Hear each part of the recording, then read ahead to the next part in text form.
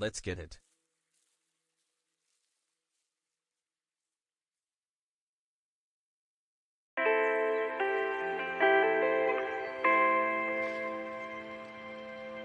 Hi chat people, hey.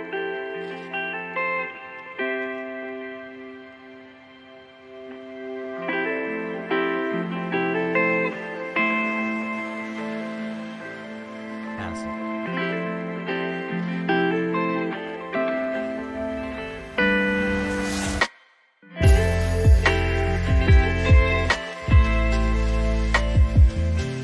Clap my cheeks to baby.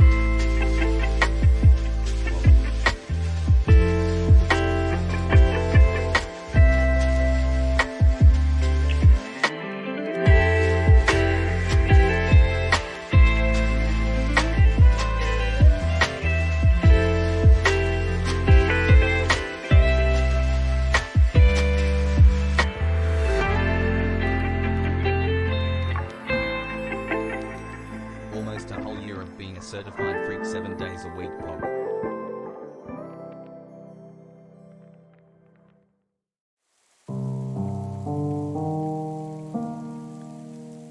I just came out as bi to my friends. I'm so happy. Bisexual pride.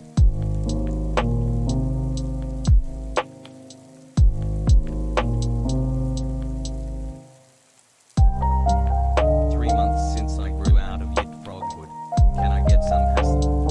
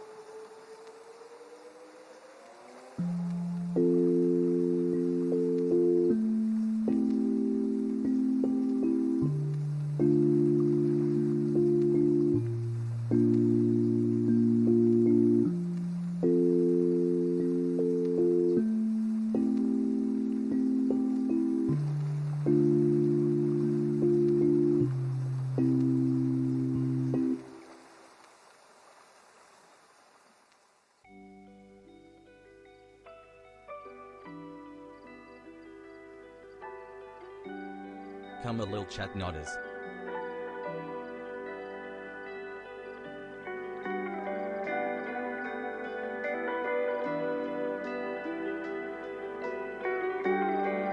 Let's go, ladies, gentlemen, and MB's been around for 9 months sad-free.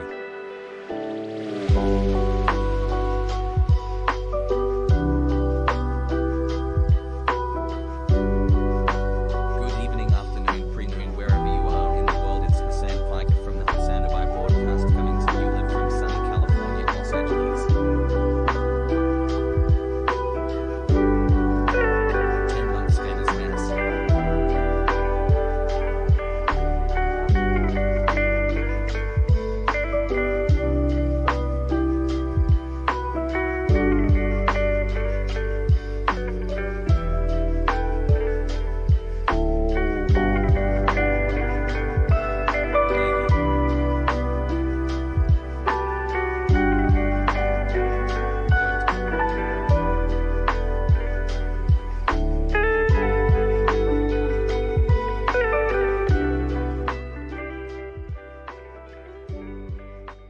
What's going on, everybody? Wow, 1 year already. Thanks for all the laughs and molds over the course of the I pandemic. hope everyone's having a fantastic evening, afternoon, pre-noon.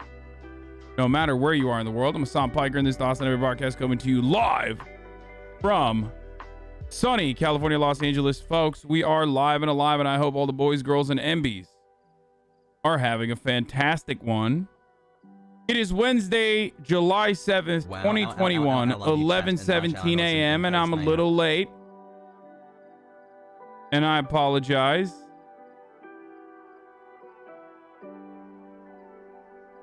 Okay. Hello, chat.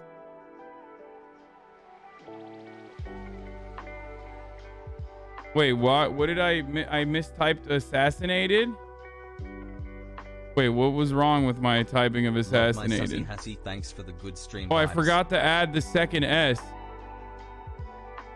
That's it? Like, I forgot.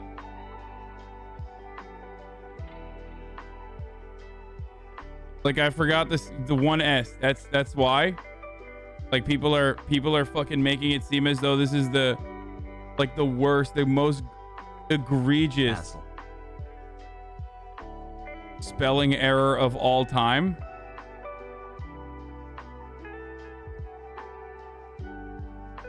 That's wild, dude.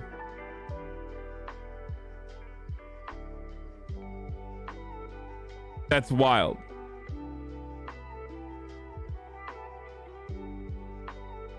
Good start. Hassle has prime has rank. Anyway, folks, I hope everyone's having a good one. We're back. Dude, I am kind of tired. Good start. Good start to the show today. Good start to the broadcast today. But I am a little tired. I don't know what the fuck is going on. Well, I know what the fuck's going on. Let me tell you. It's I ended the stream early last night. Can I get a let's go in the chat? After 6.5 hours. Like, even less than 7, which is new and unusual. When Hasan's work starts, mine shall end. I think it's because I've just been working nonstop. Like, working out. And it's just kicking my ass a little bit. 9 months. The sub baby is here. I recorded my podcast earlier this morning. I woke up early. I went to sleep early. I woke up early. I went and I did my like 20-minute workout / like stretch basically. I'm gonna be seeing a physical therapist tomorrow too. But this morning I worked out and then I shot my podcast with Will, right? And that was great. And now we're here.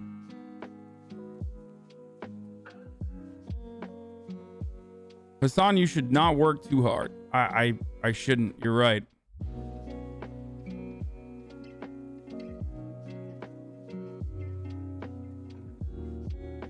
Man, you were in your prime when you fevered Palestine? What? When I fevered Palestine? You mean covered Palestine? I wasn't in my prime at all. I have not been in my fucking prime in years, brother. You're wrong. Okay, you're just fucking wrong. Straight up.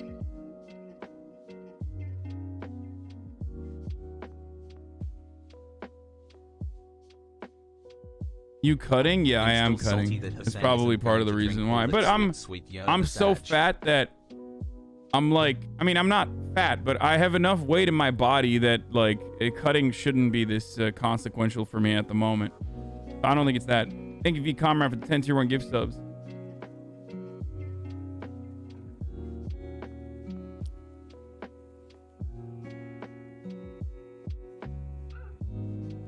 How is your voice not completely shot from talking all day? I don't know. I just love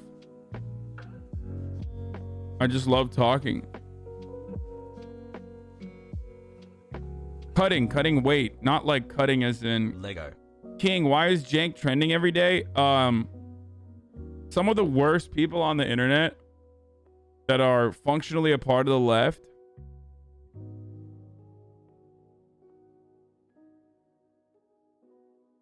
are like extremely online, relentless, and incredibly fucking annoying. These are also known as Jimmy Dore fans. Looking very cute today, chat people. And these Jimmy Dore fans are very, very upset with the Cenk in them. I think they keep saying that like he's doing a McCarthyist approach. I don't know. Jimmy Dore, Glenn Greenwald got involved. I think it's just so whack, dude. What's up, chat? You mean the Pasadena liberal? It's just so incredibly fucking whack. I think Kyle got dragged into it and then took a side or something. Dude, I don't fucking know. I literally don't know. I haven't even asked Cenk about it. And I don't want to know, to be honest. How were your interactions with Jimmy Dore when you worked at TYT? Jimmy Dore had a rolling backpack that he would bring to fucking to work. That's all you need to know, okay? This dude would bring in a fucking rolling carry-on, dude, to work, okay? That's actually fucking school shooter shit, you know? I'm just saying, like, as an adult, yes, he brought that to work. That's all I remember. That's all you need to know.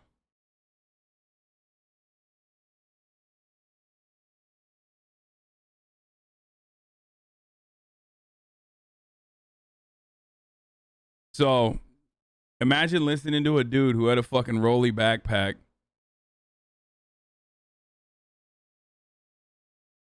Crazy. They spend their time tearing down people on the left to get their clout like Cenk and AOC instead of focusing on right-wing issues. Yeah, I get... Look, man, I get incredibly fucking annoyed with people who, like, spend most of their time shitting on the left, okay? I just don't understand it. It's literally unproductive. The left has no fucking power. PP. Focus on the Democratic Party. Focus on not like the few allies that we have within the Democratic Party. It's like dream stands. Okay, here, I'll give you my fucking Jimmy Dore take before we even get started. These guys are like dream stands, okay? Their understanding of how politics works straight up revolves around like watching YouTube videos and looking at it from the framework of YouTube drama. So every drama is the most significant thing that's ever happened. That's one. And then two, much like dream stands who could be like, I don't know, obliterating reactionary fascists and stuff on the internet, they focus on areas where they can make change, just like liberals did under the Obama administration, where they would try to, you know, as buff, try to stop content from being produced or whatever, because they felt like it was offensive or something, right? So basically, they are doing that sitting here with whatever they can change, and what they can change is like bullying YouTube leftists on the internet. So that's why they're focusing their efforts there rather than like, you know, attacking and criticizing reactionary policies.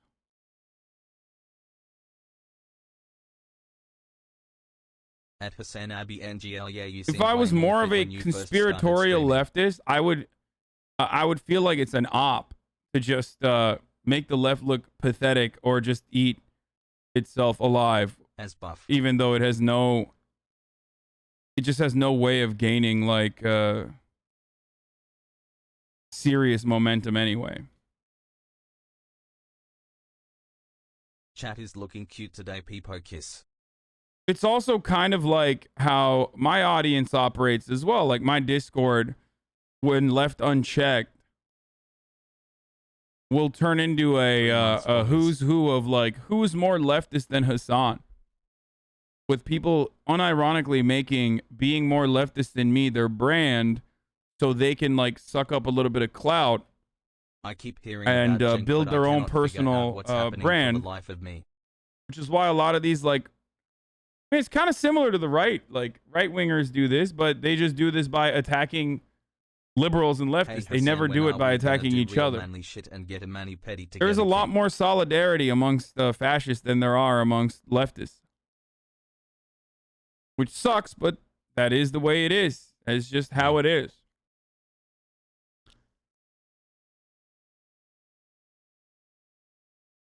There's also a weird, like, there's also this weird thing about being 9 months has prey. Either a defender of Assad or someone who loves Assad or something. I don't really know what's going on there either. Like, I don't know, man. I just don't have an opinion on Syria. I'm sorry. I literally don't. I don't think Assad's a good guy. Okay. And I just straight up do not understand why. I don't know. I just don't understand. Let's go. I said good night to you on Snapchat last night, but you bombed me? Like, damn. No, I didn't. The fuck are you talking about?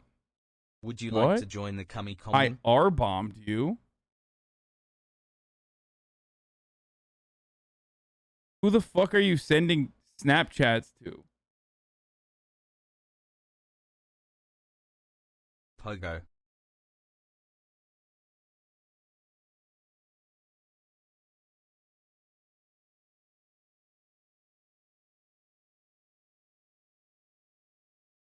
Yo.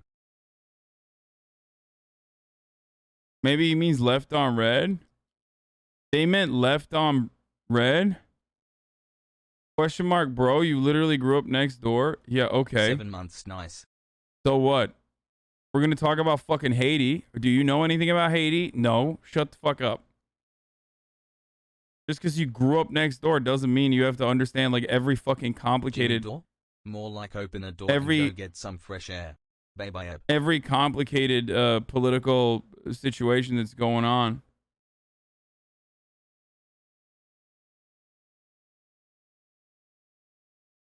Yes, motherfucker, you got mad at me months ago for asking to cover Haiti. Oh shit, never mind. It's Rip and Zach. This is the one person I shouldn't have said about. Okay, not Haiti, just another country. I got okay. To late night shift at the petrol station. Let's go, but keep it up, King XOXO.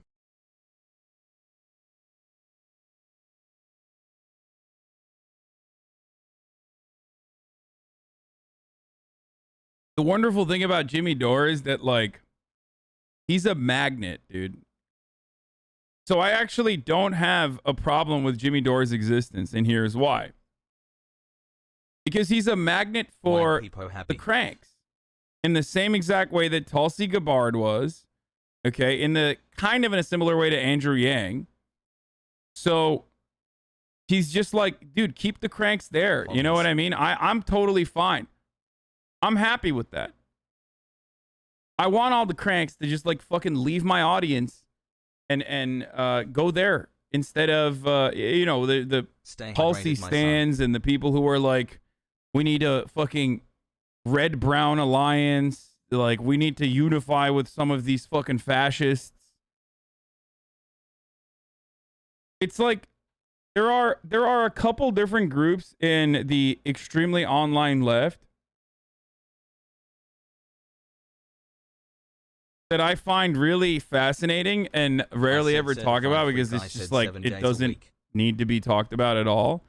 And it's like the weird political cranks that are like kind of reactionary and like Tulsi Gabbard, but then say that they're leftist. You know that thing you said? You're Or absolutely right. the post-left Brooklynites who are all like art history PhDs, but then act like they are like white working class whisperers. You know what I'm talking about? Like, and they're literally just Republican. Like, you're just at a certain point, like maybe you started off with like trying to understand the white working class in heartland America, but you're basically just now turning into a Republican. So Hassle. I don't know why you claim to be a leftist. It's very odd.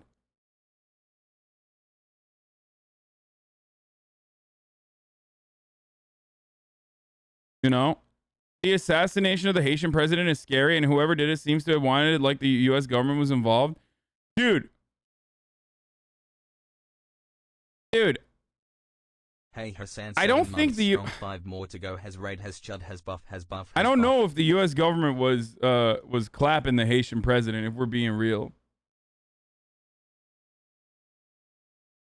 13 months. Thanks, Arjan. I know that they kill everybody, but he's like he's a USA puppet. Like, why would they kill their own puppet? It's not like he was a fucking socialist, dude. For 8 months, boggers. Like, people who see, this is what I mean. Like, yo, this is what I fucking mean, dude. Hey, Zaddy, everyone who immediately rushes in is like, dude, I can't believe the fucking Haitian president was killed. Like, he's got to be fucking murdered by the CIA or whatever. Like, those guys are the Jimmy Dorian left who understand, and it doesn't come from like a bad place. Afraid of 30. I turned 39 on the 13th. It doesn't come from a bad place for you to have this point of view, because like the United States does execute a lot of fucking leaders and does have a lot of sway. Stand up for a homie so right? We can see that drip she-ish. But like, he was an incredibly corrupt dude who was also a U.S. puppet. So why the fuck would America kill their own puppet? Love you, Hassie. So you got to think about it a little bit more, you know? Anyway, I'm live. I should probably tweet out that I'm live.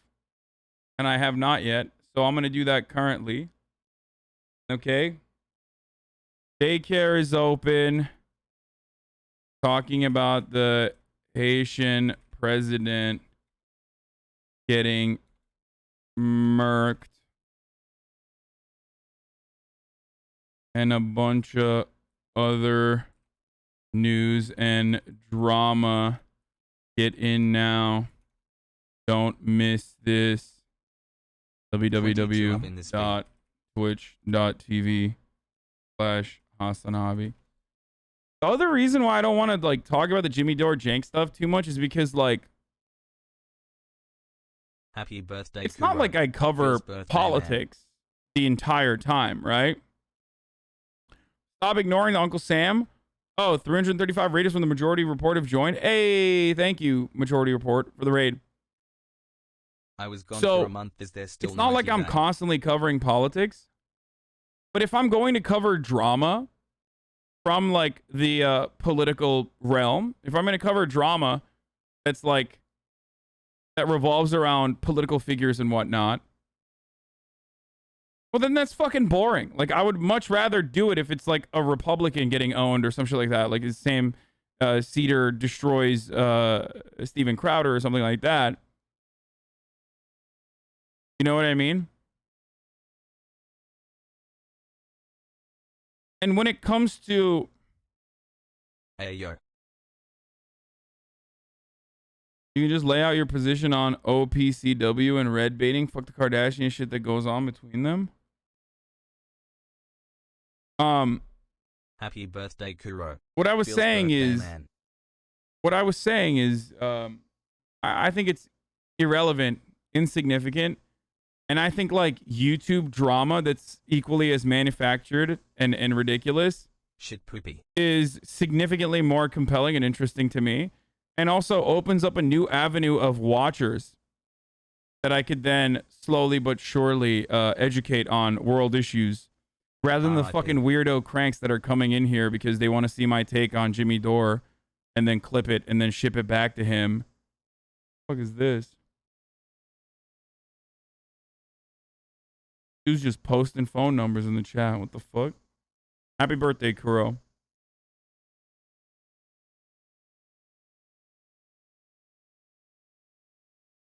Anyway, Thanks does for that the make content. sense? Do you understand? Love and nails. Hassle. Sorry, I didn't know R-bomb meant something else. I only meant that you left me on red. Yeah, dude, Moment R-bomb photo. is the R word. No one says you R-bombed me.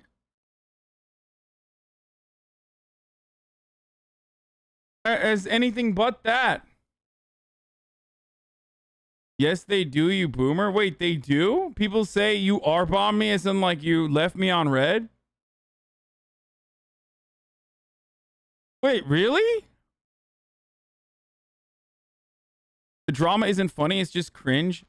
It's like, it just reminds me of, when I look at stuff like that, it reminds me of like the drama between me and like the DGGers and the Destiny community. It's like, you caused a heart attack with the top of the hour ads. Oftentimes it just specifically revolves around semantics. People get like very, very passionate about it. And it is completely just irrelevant and boring. And last night a Brooklyn Wonk style leftist called you hot on Twitter. 7 months hassle, love you all. Who is this? From Descent, Sam Adler Bell. Hey man, don't loop Hasan in with the rest of the guys on here. He knows the shit. What did he say? He's the hot one. He gets a pass whether or not he reads books. I mean, I read books, motherfucker. I did. I just don't anymore, okay? Hassle. Shut up.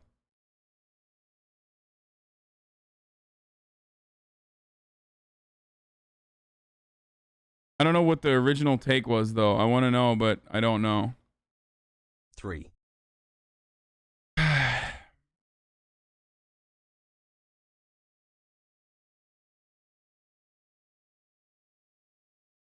They called you hot and illiterate. Yeah, I mean, Keep up the good work, man. they're not wrong. Love the stream. The only big part you're kind of leaving out is Dore sexually harassing Anna and laughing about it. Yeah, that's really fucked up. I don't know, but I don't know what the details are. Like, I don't know what the fuck's going on. Used to read is way ahead of a ton of others. LMAO. I think it was about the Pepe Levi take. Oh, is it Vosh saying? I saw some shit on Twitter about like, what was Vosh saying about pulling out of Afghanistan without a plan is going to turn it into a Chinese vassal state? Some people were saying this is the imperialist left or something.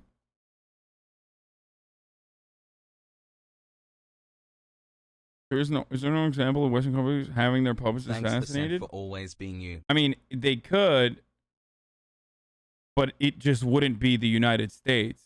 Like, they wouldn't kill their own puppet. The original tweet was talking about how Twitch leftist streamers are dumb and quoting a clip of Vosh. I mean, he's not wrong. I'm pretty fucking dumb, dude. The only difference is, like, most of these people are dumb as fuck, too. They just, in what you're even talking about. Happy don't like to admit it. The reason he doesn't have a view on Syria is because Jank's view is wrong. See, this is the type of attitude that I don't want to have in here. You know what I mean? Because, like, I shit on Jank literally nonstop.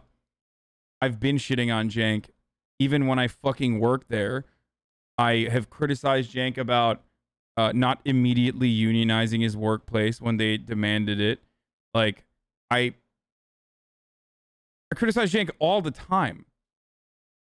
So that's what really frustrates me when people are like, dude, it's just because you're defending your uncle, dude. 17 yil. So you're wrong and you're a fucking idiot.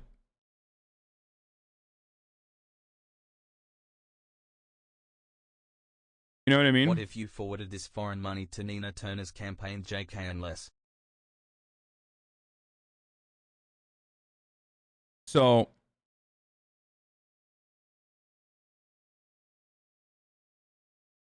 Hassle, you made me a better China person. does have Keep a going King May chat more harder at a your 6.4 consistent billion views. plan for Hasan. Afghanistan. I don't think they care about Taliban in power. Okay. The U.S. only kills puppets that lose power, and if they have an immediate replacement, there isn't a powerful enough organized opposition for the president to lose power.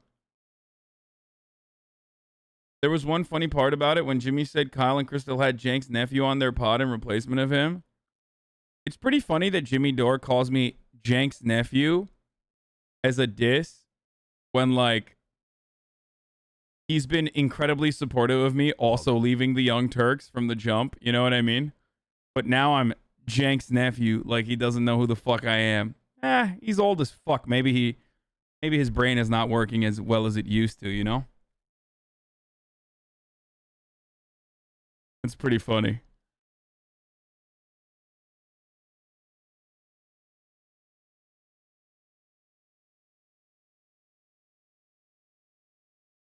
Hey, here's what I'll say. I do a lot of questionable shit with respect to content that I cover. I like to have fun. Okay? I think that's really important. I think having fun is really important. So all I'll say is this. At least after I left TYT, I could build a brand for myself that was rather successful without routinely having to create drama by attacking literally every single fucking person on the left to try to suck in as many of their audiences as possible to your side, because leftist brains are unfortunately very undeveloped for some reason when it comes to someone who is portraying themselves as leftier than thou. Like, straight up. In a lot of leftist circles, it's just like, you can be as reactionary as you want. As long as you claim that you are more leftist than other people, people will literally gravitate towards you. It's so weird.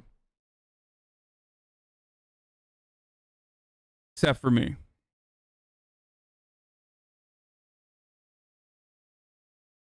Anyway.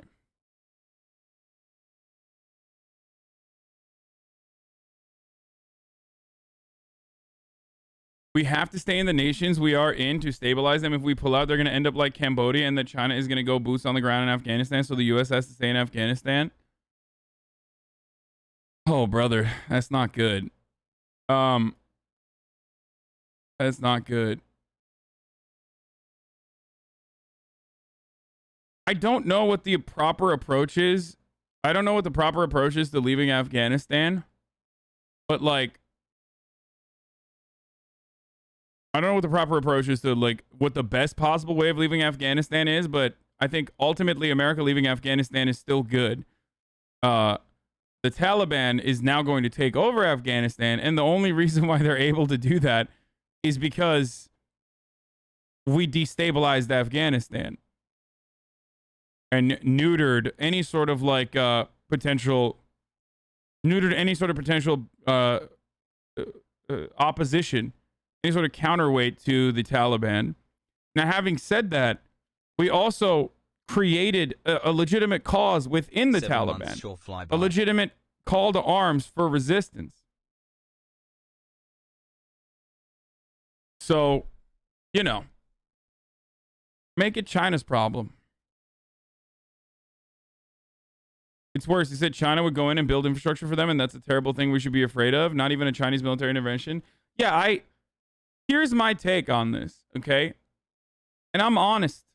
I think China is doing a new form of 9 months a newer, more advanced form of, I guess, colonialism, if you want to call it that. I don't know what I would call it, but instead of enslaving entire populations, they are doing a better job than the Western world is with building infrastructure and also offering better and less conditional loans to all nations around the world, all developing nations around the world, in an effort to gain their favor and in an effort to do diplomacy with them.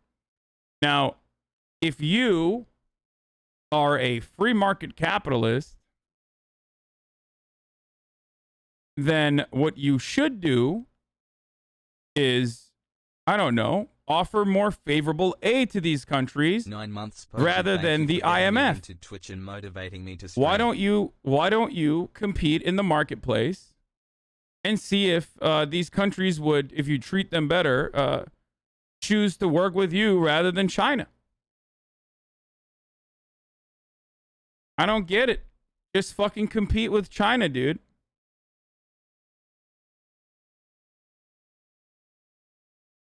Feel me?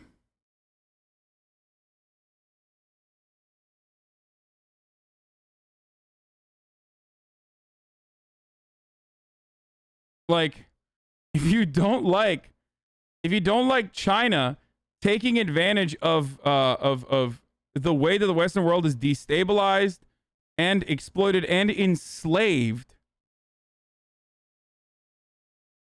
the developing nations, then here's an opportunity. Don't do that so they don't fucking go welcome China with open arms. Buff.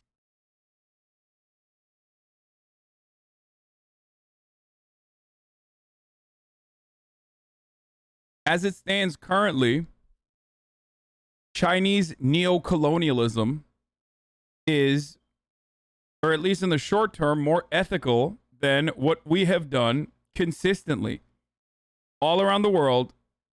Also, ironically, including in Cambodia, which was some of the worst. Not only did we aid the Khmer Rouge, we also personally killed a bunch of fucking Cambodians. So I don't know how you could make a Cambodia reference there. Well, it's not neocolonialism. I know. That's, I'm saying this is different than that even. Straight to my lungs.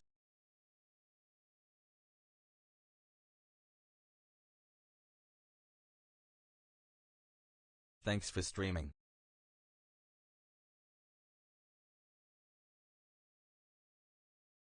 I don't know if I would call it neo-colonialism or neo-imperialism. What? China is definitely sending people. What the fuck are you talking about? China doesn't just like give people $1 billion and then say you have to build a port. They also send their contractors and their own people.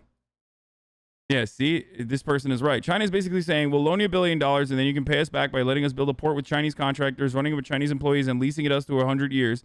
It's the same resource extraction scheme, but with extra steps and less regime change. Yeah.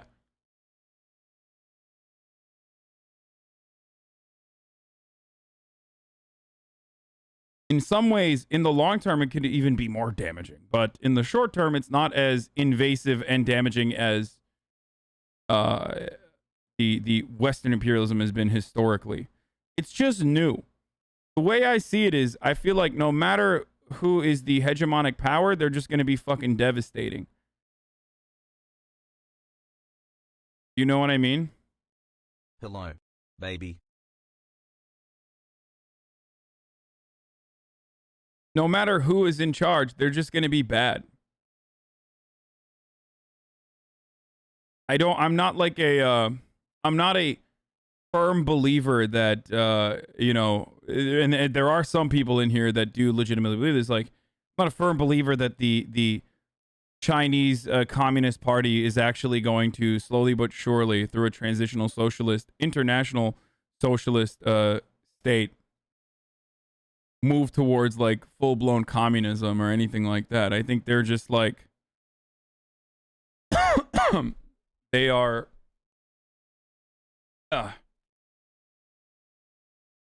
they are 07. Somewhat more ethical in the short term than Western imperialism, because Western imperialism has like a lot longer of a starting point.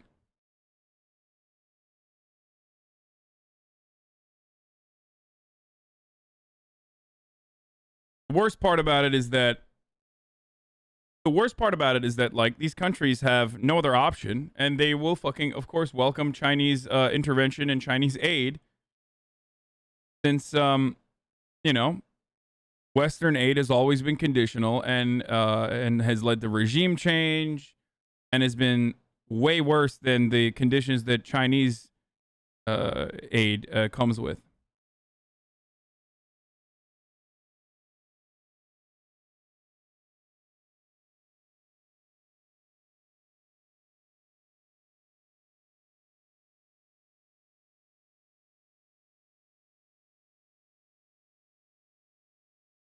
But make no mistake, I don't think that they are doing this out of the kindness of their hearts or being or doing it with honest and good intentions regardless.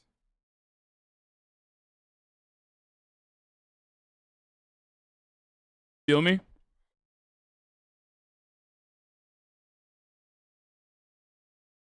Won't they just kill all Muslims in the region? No, dude.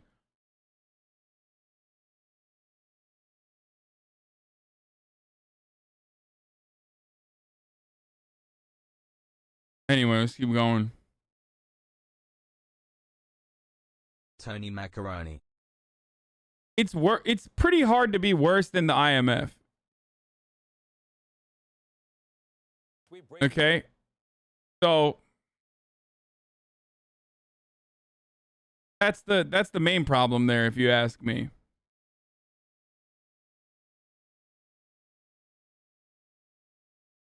Do you trust Tankies? I don't care. It's like 11 people, dude, with zero fucking power, okay? The moment someone's like, Tankies this or Tankies that, I'm like, okay, you're already lost in the fucking sauce. The moment that you start talking about, like, the influence that Marxist-Leninists holds, like, you might as well be a fucking Republican, dude, thinking that the Democratic Party is, like, communist or some shit. The largest political parties in the world are Tankies? No, we're talking about American politics, man. Irrelevant Izzy. Shut the fuck up. Tankies. All right. Let's move on. Let's talk about the main story of the day. The Haiti president, Jovenel Moïse, I don't know how to say his last name or even his first name. He was assassinated overnight at his private residence. News from Haiti, where the country's president is dead this morning, assassinated in what's being described as a middle-of-the-night attack. Jovenel Moïse had been in office for 4 years and had been the target of months of protests. Haiti's interim prime minister said Moïse's wife was also wounded in the attack. With us on the phone now is Jacqueline Charles. She's the Caribbean correspondent for the Miami Herald and has covered Haiti extensively. Jacqueline, good morning to you. What are you hearing about this assassination? Yes, hi, good morning. So what we are hearing is that it occurred in the middle of the night or the middle of the morning, sometime around 1 a.m., according to the current acting interim prime minister. These are unknown, unidentified assailants that in video circulating. I can't wait. I can't wait for, like, some of the weirdo leftists to do a self-report and be like, this was a CIA assassination and that, like, this guy actually was a leftist or something. It's always like some people unironically hold the only political position that they hold is like America bad. And they're right. Like America is bad. Okay. Don't get me wrong. Make no mistake.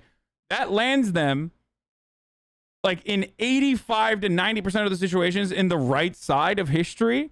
If you just have an exclusive like America bad, all of America's enemies are actually anti-imperialist approach. It leads you on. It puts you on the right side of the argument like 90% of the time. Because, like, in most of the cases, America's bad. In almost all cases, right? However, it also sometimes leads you to, like, you know, advocate for people that are just ridiculous. And advocate for regimes that are ridiculous. I mean, this dude is, like, this dude was a puppet of the American state. Okay? He was center-right American puppet who Haitian socialist unions, etc. were fighting against and calling for his resignation. Yeah.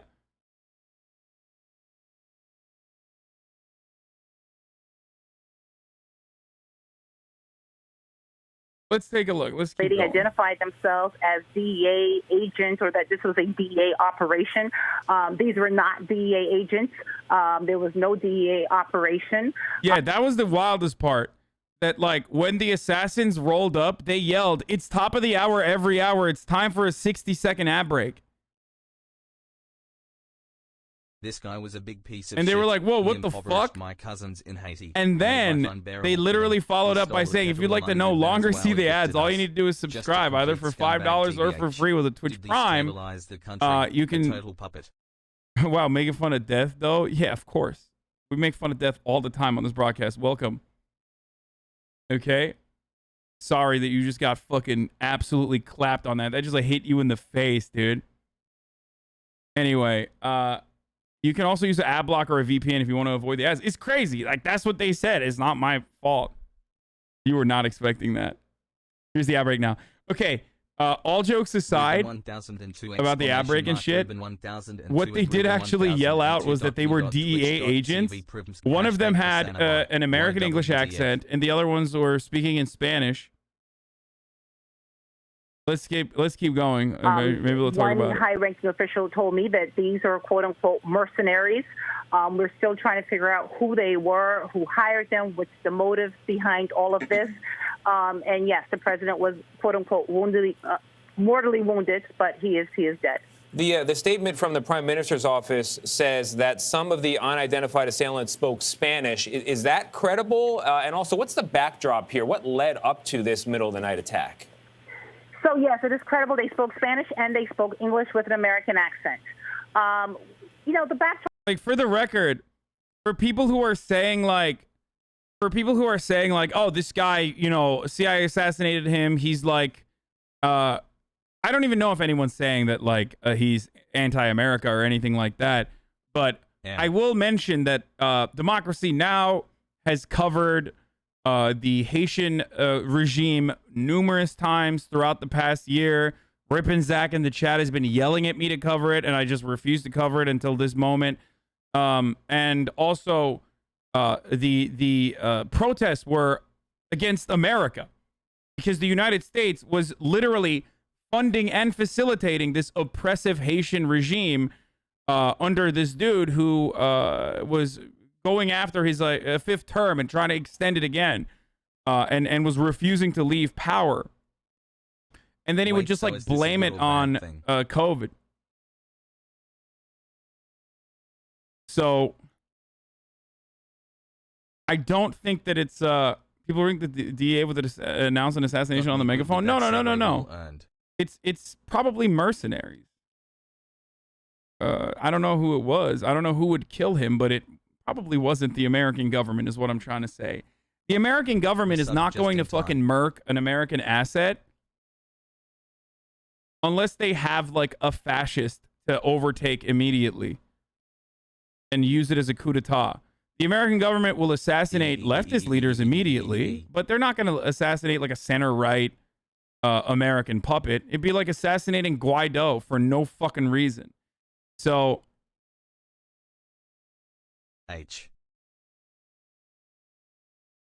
yeah, I mean, there was like hella kidnappings happening in fucking Haiti. It's crazy. Even if it was the U.S., why would it be the DA? No, it wouldn't be the DA. That's the point.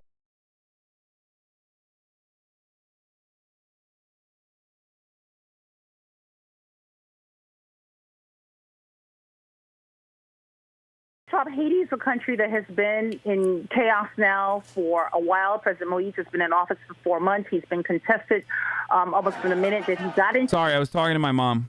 Office. Lately, you have a sector of the population in civil society that said they did not recognize him because his presidential term expired February 7th of this year. He said no, he still had another year to go. The United States actually backed him up on that claim. Yeah. At the same time, he was trying to force through a constitutional referendum, and the majority of Haitian legal experts and constitutional experts said that it was illegal. At the same time, he's been getting pressure to hold legislative elections because he's been ruling by decree since January 2020. And in ruling by decree, he made a number of decisions or passed presidential orders, one of which was to create a secret intelligence agency. And he also redefined what would be considered, terrorism, basic acts of protest like burning tires. They decided that that was terrorism under these new domestic laws. So this is a president that has faced a lot of controversy in a country where you have a humanitarian crisis, you have an armed gang crisis, alarming spikes in kidnappings. Since June 1st, you've had more than 16,000 Haitians who have been forced out of their homes in poor working-class neighborhoods because of armed clashes with rival gangs. This is a joke, right? Oh, okay, dude. 12-month subscriber. Of course it's a joke. It's kind of progressive for them to have a black president, though. Good one, dude. That was pretty good. That was fucking good. Good shit. Actually funny chatter. Wow, that's crazy. You also have an economic crisis. I mean, it has just been an overall country that's volatile. And today, with the death of the president, I've been told that there is no constitutional legal. No, he's fucking joking, dude. He's making fun of like people saying that about Obama in America. Propaganda brain rot pog. Okay. Solution in terms of who should take charge. All right. Well, a dramatic overnight development in one of America's closest neighbors there. Hey chat, can I It get was an Cuba that honest? assassinated the president to initiate the International Socialist Revolution. There where the Spanish comes. That's where the Spanish comes from, and they got a rogue American CIA agent on their side. You're literally just not your average Canadian. You just wrote a fucking script, dude. Like this is some Jack Ryan shit, okay? Anti-Cuba fanfic? No, I mean it's not necessarily an anti-Cuba take. What he's saying here. This guy was fucking awful. Like. He was fucking awful, dude. I mean, I don't know how else to describe it. Like, he was literally using, like, gangs and shit. Like, America was funding his police force and military. He was refusing to leave power, refusing to hold local elections. Like, he just left, like, a bunch of fucking local positions unelected. Because he was just like, nah. It's... So to take ownership of his assassination and like say it's Cubans would be a pro-Cuba take rather than an anti-Cuba take.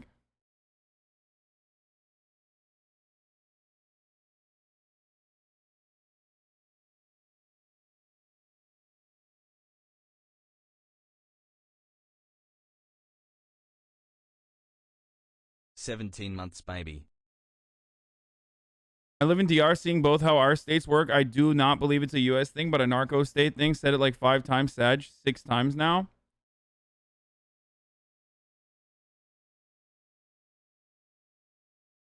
I mean, I'm not. Democracy Now! All I'm saying is I'm not shedding a tear for this guy, okay? Let's hear from literally the actual girl boss of the decade, Amy Goodman. DemocracyNow.org, the War and Peace Report. I'm Amy Goodman in New York, joined by Democracy Now! Co-host Juan Gonzalez in New Brunswick, New Jersey. Hi, Juan. Hi, Amy, and welcome to all of our listeners and viewers across the country and around the world. The globe. Well, we begin today's show with breaking news. Haitian President Jovenel Moïse was assassinated early today after an attack on his home in the outskirts of Port-au-Prince. Moïse's wife was also shot in the attack. She's been hospitalized. In a statement, the Haitian Prime Minister, Claude Joseph, said, quote, "A group of unidentified individuals, some of them speaking Spanish, attacked the private residence of the President of the Republic and thus fatally wounded the head of state," unquote. Moïse had led Haiti since 2017. Earlier this year, critics of Moïse accused him of orchestrating a coup to stay in power beyond February 7th, when his term officially ended. For months, Haitians have... Maybe he was trying to do a fucking, maybe he was trying to put together a black flag op, and then they ended up actually assassinating him instead of like doing a fake assassination attempt so he could garner sympathy. Who knows? I'm just kidding. That's the joke. Staged large protests against Moïse, demanding he leave office. But Moïse clung to power with support from the Biden administration, which backed Moïse's claim that his term should end next year. Human rights groups report had accused Moïse of sanctioning attacks against civilians in impoverished neighborhoods of Port-au-Prince, the capital, with targeted assassinations and threats against government critics carried out with impunity. We're joined now, dealing with this breaking news, by 2 guests. Dahoud Andre is a longtime Haitian community activist and member of the Committee to Mobilize Against Dictatorship in Haiti. And Kim Ives is with us, the editor of Haiti Liberté. We welcome you both to Democracy Now! Let's begin with Dahoud Andre. Can you tell us what you have heard? Who is responsible for this assassination? And then give us what has been happening. Talk about what has been happening in Haiti. Well, thank you very much, Amy and Juan, for inviting us to speak about what's happening in Haiti. We got the call, a call. Supporting this clown and Guaido? What's up with Biden backing losers? What, you thought the Democratic Party wasn't going to support Guaido? That they've literally offered unconditional support to literally all the time and historically and will continue to do so? Like, not a single person was like, oh my God, I'm so shocked that a vote for Biden means like regime change in Venezuela. It doesn't even fucking matter because that's how incompetent the American State Department is nowadays. That like, I don't even believe that they could execute a fucking foreign leader, even in Haiti, if they tried at this point, okay? They just suck. They are not good anymore, dude. They can't even do fucking psyops. All they need to do is just like watch leftists fucking burn themselves by engaging in like almost reactionary Radlib shit or a Jimmy Dorian style psychotic takes. They don't have to do anything anymore. They're just like literally just on autopilot.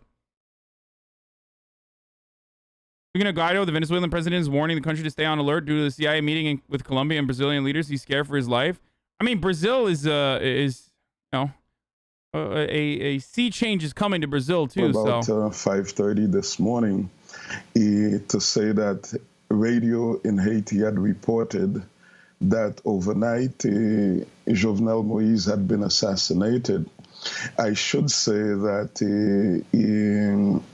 right now, maybe the Republicans were right, dude. Maybe we hired too many people who are like, I got anxiety disorder. I can't do a murder right now. Sorry. Maybe that's what happened. We weakened the State Department by, you know, bringing in people who aren't like bloodthirsty freak fucking I've never drank alcohol Mormons, or rather I drink all the alcohol Irish. Yeah, we got fucking soy ass agents, dude. That's what it is. Hate when you say this bullshit. I'm joking, dude. That's not the case, okay? Having like some sort of fucking anxiety disorder doesn't render you incapable of doing murder. Trust me, dude. I'm not doing ableism against fascists, okay? Don't worry, okay? You can be neurodivergent and do all the fascism, you fucking girl boss. God damn, dude. God damn it! It's called a fucking joke! Fuck! I hate it when you do ableism when you're talking about this stuff. Yo. I literally started with the statement, maybe Republicans were right. If I ever say that, and I'm not talking about fucking Abraham Lincoln, you know I'm joking. Shut up!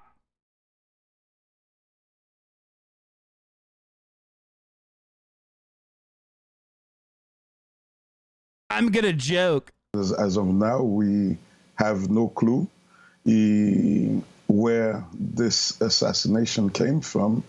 Certainly not the street gangs such as the G9, Jimmy Barbecue Cherizier, who has been going around recently after years of demonstrating with an American flag behind his back, and right now purporting to be fighting for a revolution to liberate the Haitian people. So we know it did not come from there. Okay, I need to know what the fuck Jimmy Barbecue is, dude.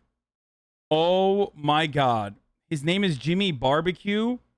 In Haiti, coronavirus and a man named Barbecue test the rule of law. The WAPO report. Former police officer who portrays himself as the savior of the streets, Jimmy Barbecue Cherizier, has come to symbolize the accelerating erosion of Haiti's already challenged rule of law during the coronavirus pandemic. Accused of orchestrating massacres that left dozens of men, women, and children dead, he has succeeded in accomplishing the once unthinkable. Is it because he's a pig? Is that why he named himself Barbecue? He's a cop? Or like, what's the deal? Or does he, oh God, does he fucking burn people up? Is that why? He's in the other video you got open?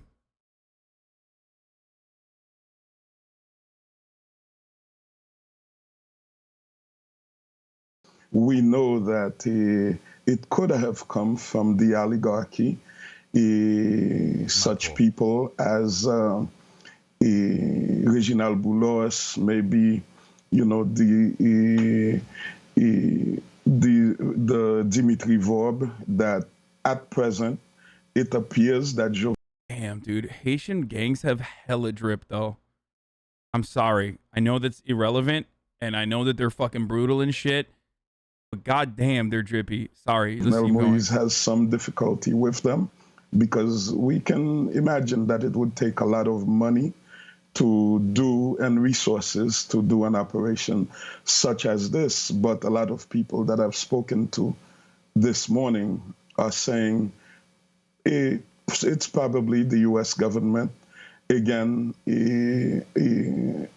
not just affirming their domination over Haiti right now, but maybe to mask the shame of their defeat and running away from Afghanistan in the middle of the night. And Kim Ives, I wanted to get your perspective on this. Clearly, there was a popular opposition and questions, deep questions about any kind of legitimacy for Jovenel Moïse. So, was this potentially a falling out among the elites, or was there foreign involvement as well, other than the possible mercenaries themselves being hired from abroad? Well, it definitely seems there was foreign involvement. My sources in Haiti this morning tell me that the assailants, the killers, arrived in 9 brand new Nissan Patrol pickups. They had complete understanding of the household of Jovenel Moïse, so apparently they had some inside information. They knew what they were doing. They pretended to be the DEA. Clearly this was a fairly sophisticated operation. Was it Boulos? Was it one of the other members of the bourgeoisie who have had problems with Jovenel? It's difficult to know. It seems he also was recently in Turkey making some deals, and the Colombians may have not been happy about that.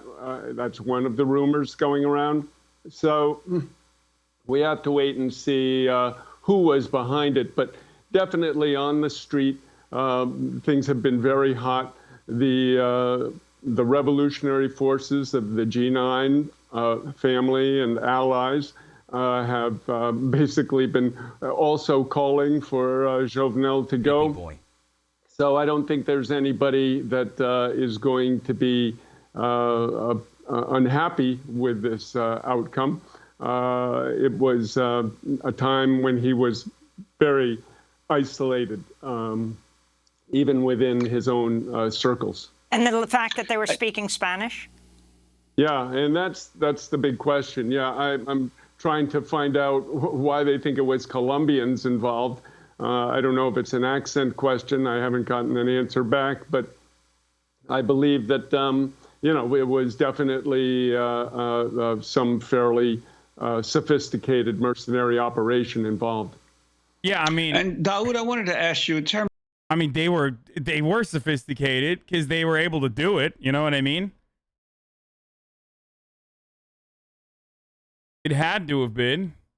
In comparison to what we saw in Venezuela, that got like, where the American mercs got overtaken by a bunch of fucking fishermen, you know what I mean?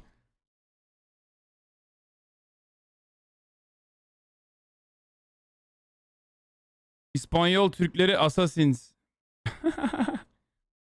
Yeah, they must have been Turks. Spanish Turks. I'm currently at the gym. Object permanence, Dominican Republic for exists? those listeners and viewers of Democracy Now! Who have not been closely following what's been going on in Haiti in recent years, could you talk about the connections of Moïse to the previous president and the involvement of the Clintons in the continuing, persistent political crises that have occurred in Haiti in recent years? Yeah, I want to point out first that this is exactly 3 years since the major uprisings that happened in the country in 2018, July 6th, 7th, when the IMF had demanded that Haiti, the government of Haiti, raise fuel prices, and some of these prices were doubled, and the puppet government that Jovenel Moïse headed, they did this in the middle of a soccer game between Brazil and Belgium, and the idea was that Brazil would win and that it would be euphoria and the people wouldn't mind, they wouldn't notice, they would be celebrating Brazil's victory, and fate had it that Brazil lost shamefully, and immediately after the game ended, uprisings all over the country.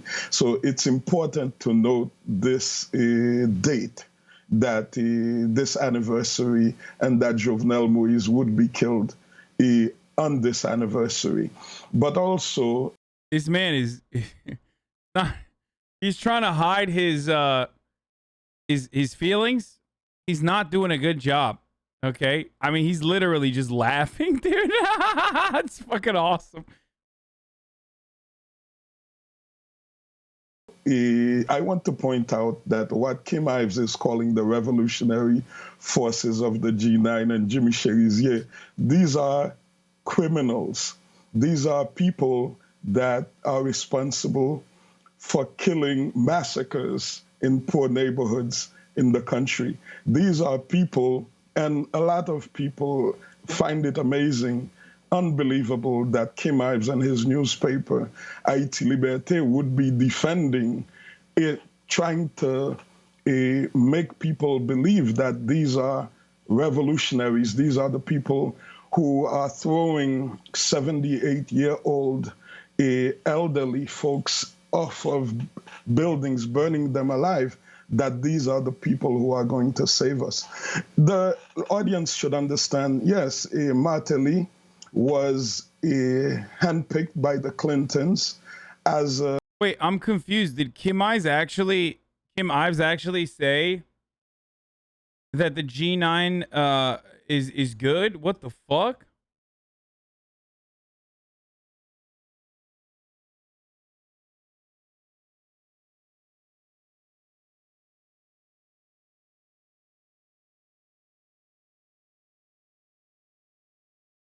He said they were revolutionary? Is that true?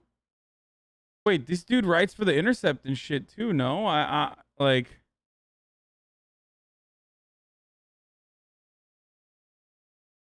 It's kind of weird.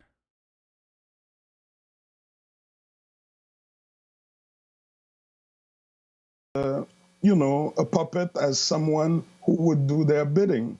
And during the campaign, it was obvious that the Clintons, Bill Clinton, who was running the CIRH to supposedly rebuild Haiti back better, same slogan that Joe Biden used in his recent campaign, that they would find that this is the person who would be a degenerate, someone, I know that this program... Bro, he is fucking nailing Kim Ives. ...has done much about Martelly, so I don't want to even go there. But what is important is that Martelly handpicked Jovenel Moïse. And Jovenel Moïse, who was a crook, an indicted, a fake entrepreneur, was put in directly by the U.S. government again. And in that position, he was a reliable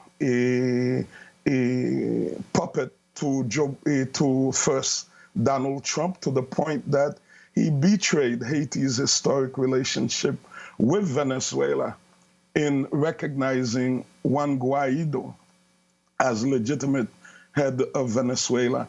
And Jovenel Moïse had the nerve to say that the most recent legislative elections in Venezuela, he would not recognize them because there was not enough popular participation. Yeah. It's like This is another reason why the CIA is just like not as good anymore. You know what I mean? Like they couldn't even get Maduro out of power. Like that's wild. It's not like Maduro is like incredibly popular. It's not like he's doing a good fucking job. Obviously, there are a lot of issues outside of Maduro's power that ruin Venezuela and have more significant consequences to Venezuela. But like not being able to overthrow a deeply unpopular president, not even be able to execute him, and then your replacement guy is so unpopular that you can't even put him in there.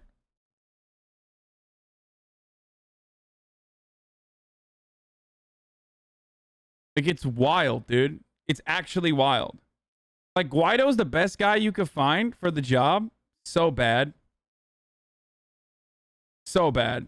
And this is someone who, by their own numbers, got about 500,000 votes in a country of 12 million people. So I need to say that the Haitian people loathed Jovenel Moïse and Martelly, the PHTK government, because they are the tools of the United States. They to impose the will of the United States on the people. And they armed these street gangs, they financed these massacres in the poor neighborhoods that are supportive of, I should say, President Aristide, the Lavalas government. And they just felt, and this was... Yeah, for the record, I'm looking at this on the other side, but Kim Ives has talked about the G9 family and allies as like a revolutionary movement. And that is really fucking strange. The G9's purpose, in the words of the principal leader and spokesman Jimmy Barbecue Cherizier, was to carry out a revolution against the rotten, corrupt system in Haiti, presided by 12 families of Haiti's tiny bourgeoisie. This movement and its stated objective threw panic into not only the bourgeoisie, but also the U.S. Embassy, which quickly imposed economic sanctions on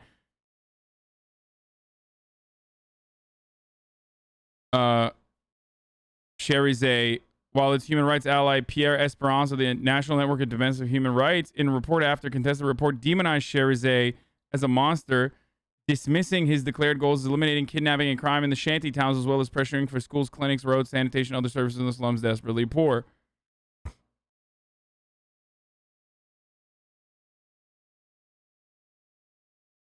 There are, of course, multiple reasons why the PNH might not have gone after Cherizier until now. Rapport of force, sympathy within PNH ranks. Cherizier was a former department unit maintaining order, fear of triggering a ticking time bomb, being tied up on multiple other fronts, etc. So there... Do you understand the motivations here? I don't get why the US/CIA would be financing the gangs. How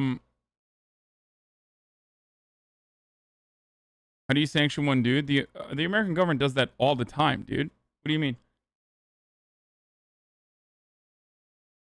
I mean, as far as like, why would the United States government finance gangs? Hello? Basically, every single Latin American counter-revolutionary force that has overthrown in a violent coup d'etat other like democratic socialist administrations have been led by actual criminal organizations that the United States has funded, trained, facilitated with arms. From a baby. This Thanks is for all you pretty do, much Daddy, at the HasanAbi. modus operandi of the American State Department. If that's what you're questioning, if that's what you're wondering, like, this is literally a part of the protocol for the most part. This is what they do. I mean, they don't just do it in Latin America. They do it, as people are saying, Pepe the Taliban, but like, yeah, literally also that as well. The Mujahideen were seen as a, Hasan, you the man. the Mujahideen were seen as a force to purge the USSR from the region, and were armed, trained, funded, facilitated. And then they, their offshoots became like the Taliban and numerous other formations, even including Al-Qaeda. And it's just like literally just what America does all the time and has done and will continue to do, most likely.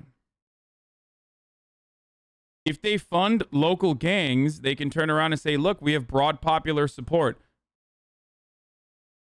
Look, well, this is a populist uprising. This is like they're on our side. Was Martelly's position, he it also clearly causes said, mass so long chaos. as the heavyweights, meaning the United States, the UN, the OAS, the core group, supported him and Jovenel Moïse, nothing could happen to them. And this is what we have seen.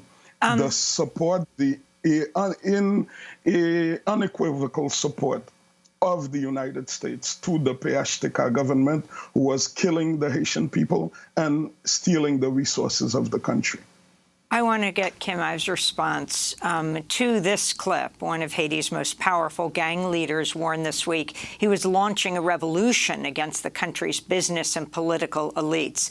This is Jimmy Charisier, who Daoud just referred to, a.k.a. Barbecue, a former police officer who heads the so-called G9 Federation of 9 gangs formed last year. I'm telling people to keep looking for what belongs to them by right. It is your money which is in the banks, stores, supermarkets, and dealerships. So go and get what is rightfully yours. Continue looking for what belongs to us, because it is ours. Can you tell us who Barbecue Jimmy Charisier is, Kim Ives, and respond to Daoud's criticism? Stop saying base, dude. He literally fucking kidnaps and murders people, dude. Chat. You're such suckers for, like, a little bit of fucking...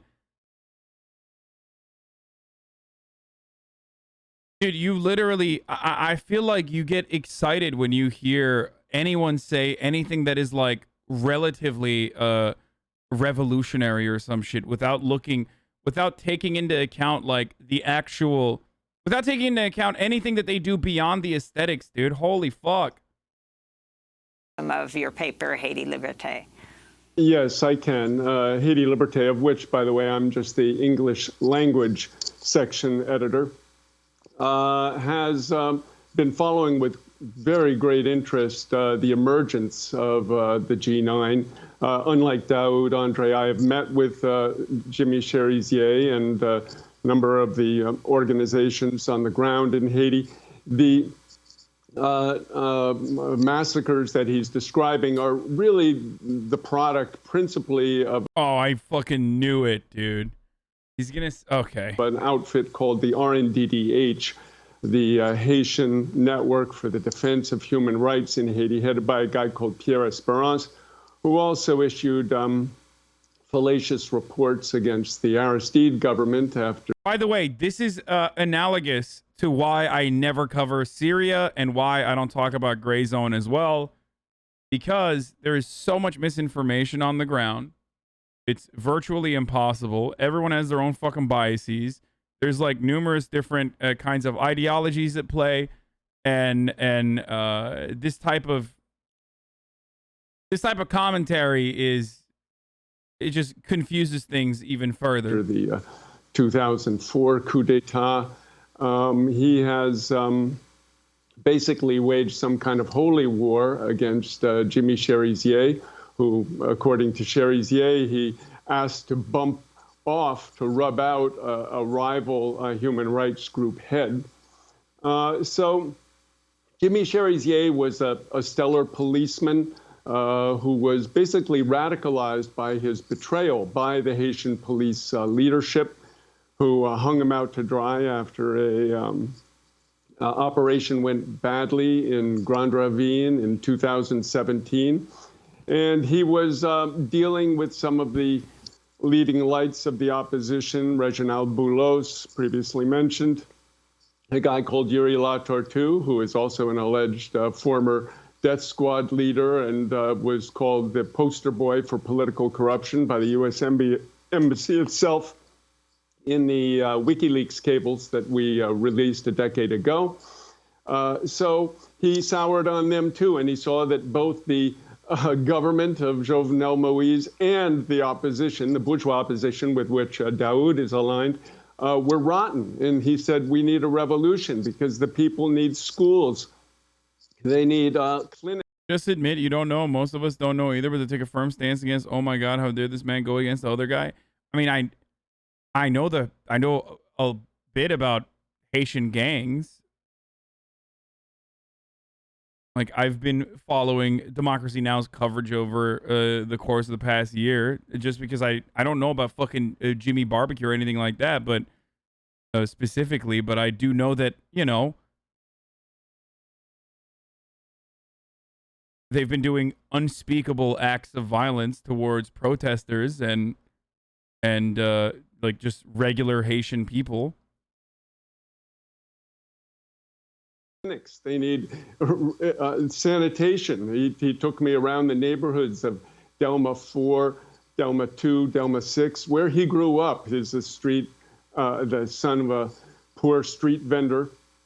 And he showed me how people had to do their toilet in a plastic bag and throw it in a canal. And he said, you know, people can't live like this. So he has been calling for a revolution against the system in Haiti, and is being radicalized really by the day and by these events. The portrayal of him in the mainstream press, in the, you know, by the AP, the Washington Post, is he's this gang leader, he's the boogeyman. But the reality is on the ground that this is an uprising really of Haiti's lumpen proletariat, which has been crushed over the past decades. And Jovenel Moïse was no different, and Martelly. And the people, the masses in Haiti, in Port-au-Prince, now some 3 million, 4 million people have had enough and are rising up. Daoud, and your response, the issue of Kim saying that you are representing more of the bourgeois opposition? Kim Ives is a joke, and it's sad that your program is giving him this platform to, again, push this garbage that Jimmy Cherizier, who, and this is not the RNDDH who's saying that Cherizier, that barbecue is an assassin, a criminal, like someone who is responsible for all of these massacres. And despite the denunciations of the people of La Saline, of all of these poor neighborhoods in Bel Air, who themselves, they say that it is Jimmy Cherizier. This is RNDDH, this is Fondation J'Éclairé, this is the CARDH, and the people in the streets, and any radio station in the country that you turn on, and people who are massacred are speaking directly about who they saw came with guns, with gasoline and fire to burn down their homes. So now to say that Daoud Andre is aligned with the bourgeoisie opposition, there is a former ally of Kim Ives and his newspaper, Haiti Liberté, that he owns. But Kim is a white man, an American. And so he cannot come to this program or anywhere else and say that he is the owner, the puppet master of this newspaper. So he's pretending that he's just, but I'm sure that Amy Goodman, Juan Gonzalez, and everyone else who knows. Wow, identity politics, nice logic. Damn, dude. Laugh equals win argument.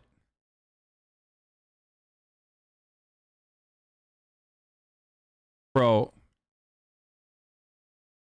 if you can't fucking recognize that it's like you have a literal fucking Haitian dude who's been an activist for his country and countrymen, talking about the situation on the ground from direct sources, including the sentiments expressed by Haitian people, that goes against the American journalist, who is a leftist, by the way. I mean, he is covering Haiti.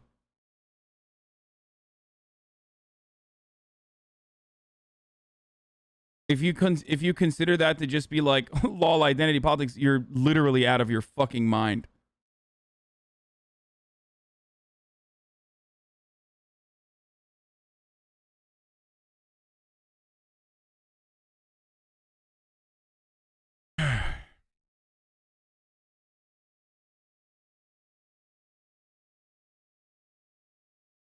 I mean, we're talking about Haiti, motherfucker. Of course race plays a role. What about this newspaper knows who owns this newspaper and knows that this is just another wannabe white savior for the people. And it's beautiful, the song that you started this segment with, Amy, because this is a song called Qui ça pour faire, what is to be done, as you said. And the song, if you continued to play it, it would say it's a revolution.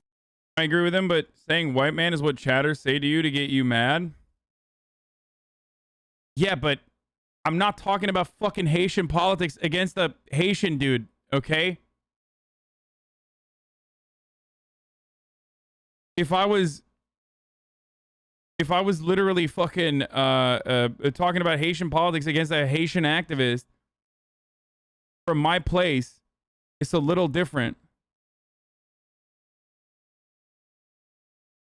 And who's going to make this revolution? The Haitian people. It is not our neighbors. It is not wannabe white saviors like Kim Ives who are going to liberate the Haitian people. I want to speak a little bit about like this thing, the Jovenel Moïse. This is what this is about. And I should say, if I knew that I was going to be putting this program together with Kim Ives, I wouldn't even come on.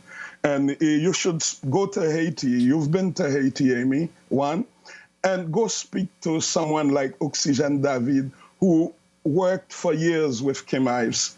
Go speak to Mario Joseph, who was close collaborator of Kim Ives, who are both denouncing him and his newspaper in Haiti for pushing this garbage. So that's the point. Like, he could have, I mean, it seems like Kim Ives has been covering Haiti. He's like done investigative reporting in Haiti for The Intercept even. So he has like media credentials from the left, certainly. But that doesn't mean that like automatically everything he's covering, everything that he's doing right now with respect to like what he considers to be a revolutionary action, whether it be like barbecue and the gangs being like revolutionary, means it's correct. Okay? I know he's not some random fucking white dude, and I know that he's not like a CIA Thank you for taking care of us a guy either. That a scum like a Jimmy Cherizier, who are he's not going to Pétionville, to Thomasin to kill the rich people, to steal from them. The people he has massacred for the government. And this is why for 3 years, the most suspicious part about this process is the fact that this guy is supposed to be, Barbecue is supposed to be a criminal according to the Haitian government, and yet they have made zero attempts to actually find him and arrest him or prosecute him in any way, shape, or form. They have done zero things to try to take him down. The government has never executed their warrants against Cherizier because he is in their pocket. He's someone who's working for them. And find his previous messages on social media where he has this same Jimmy Cherizier, an American flag behind his back to show the world who he stands with. And now that he has some little trouble with his people, Daoud, if we can, we have only a couple more minutes. Leading revolution. Yeah, Daoud, we have only a couple more minutes to go. I wanted to get Kim Ives in for to respond briefly, Kim, and also if you could talk about how the Biden administration has been dealing with Haiti since it's come into office. Yes, just to finish with Daoud, he's had a long time bugaboo with Haiti Liberté. I imagined he might explode on the show if coupled with me. His belief that I'm the owner of Haiti Liberté is as unfounded as his rumors that he's saying about the G9 and Jimmy Cherizier. Okay, I'm bored of this. Let's go directly to the fucking source and let's watch what the fuck's going on with Vice interviewing. Apparently, Vice interviews barbecue in this one.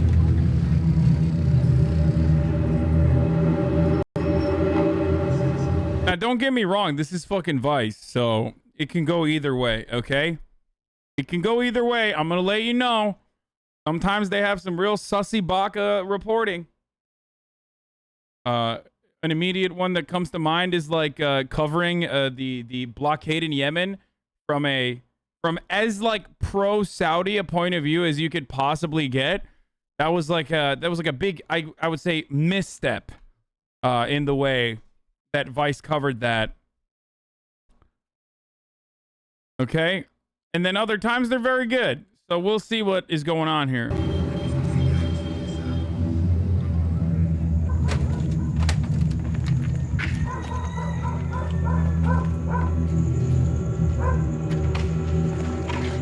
Égal là, on est venu faire massacre sur ou gen timoun, ou gen madame, ou gen parents, on est venu faire massacre sur ça fait. Voilà, droit devant nous là. Yo gen un corridor là, yo gen un grand la rue là, parce que nous gen reste moun yo qui en haut là, nous pas vle mourir. Vous comprenez? Yo vin à tout bagay, masse, manchette, marteau, vous comprenez? Yo vin à tout bagay net, mais avouez que tellement nous tenons un peu difficile. C'est quand qui boule. Ouais. Tout ce qui boule comme aller. C'est ça vous nous ne pas quitter le quasi. Ou même pas d'accord pour mourir de bois balancer frère. Who's behind all of this? The shooting, the burned homes. Who did this? Barbecue there, ça barbecue. Et les cabines quasi zone comme ça. Parce qu'il dit faut commander tout ghetto net, faut tout ghetto à sous contrôle seulement. Pour mourir et pour la paix à établir dans tout ghetto.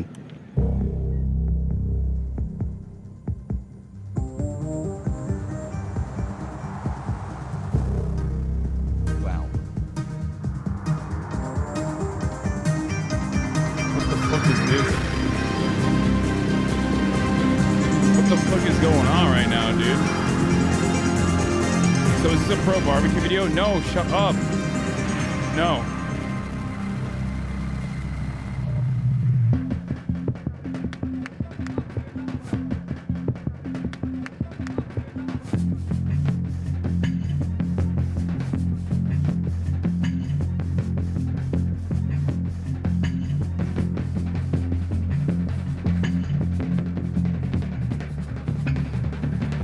Des jeunes qui voulaient voir Haïti sortir dans le niveau d'hier. Parce que l'État nous gagne en Haïti, son l'État qui est effondré, son l'État qui est corrompu. Calls for Haiti's leader to go are echoing down the streets of the country's capital, Port-au-Prince. There's real anger at years of government corruption and chaos. These protesters say it's time for the rule of President Jovenel Moïse and his party, the PHTK, to end.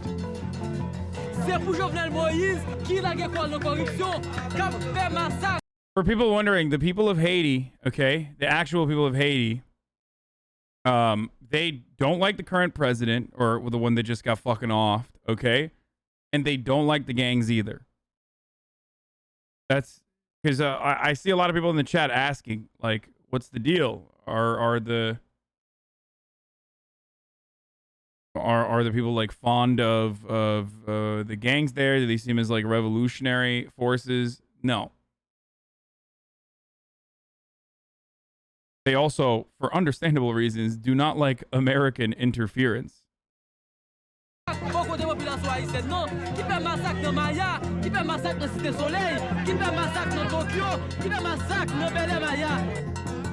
The capital city of Port-au-Prince is home to more than 2 million people, spread out across dozens of neighborhoods divided by political and economic fault lines.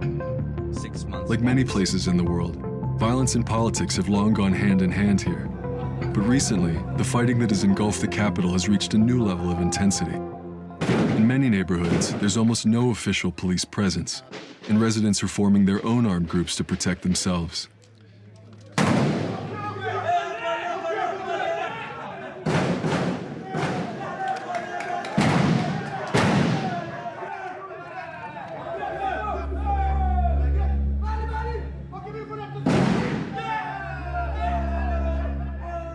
So we just got to Bel Air. We were told there was... Bro, how is this motherfucker raw dogging Haiti right now with no vest on and anything?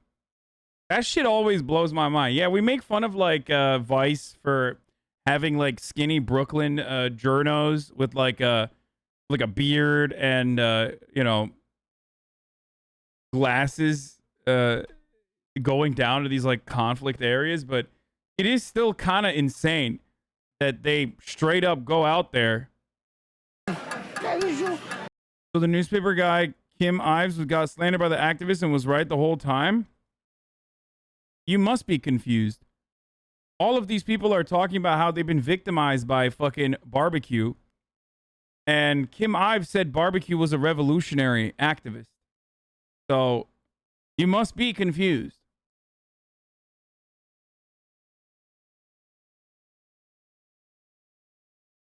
Who do you think they're talking about that fucking lit his son on fire?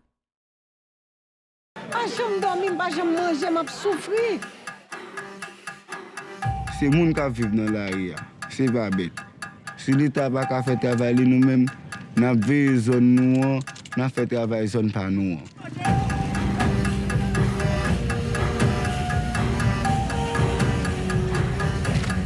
Même là où éliminer un barbecue, soit arrêter la midi ou éliminer la midi, à midi 20, pour que jouer dans l'autre monde qui remplace. Sous ce qui baille zamio, sous ce qui baille l'argent. No, Kim Ives wasn't bashing barbecue. Kim Ives said that barbecue and the G9 coalition was a bunch of revolutionary activists that are trying to violently overthrow the Haitian government with a proletarian revolution, okay?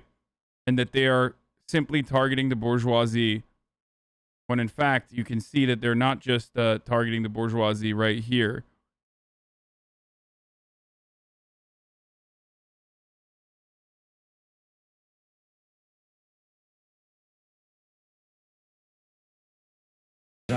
Eh bien, il a créé encore l'autre barbecue. C'est gourmet qui a baillé tout moyen dans Caterpillar pour couper avant.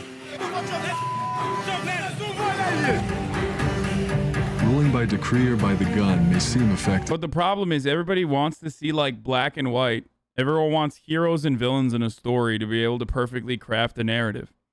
And the issue is that literally every side here is fucking bad. Obviously, the president is a monster. The police force is also brutal and violently suppresses the people. But then also on top of that, Barbecue, who used to be a fucking cop, who engaged in brutal actions when he was a part of the police force, has now separated himself from the police force, but still is basically operating not directly at the orders of the government, but at the behest of the government. His targets seem to be the same people that the government is targeting as well.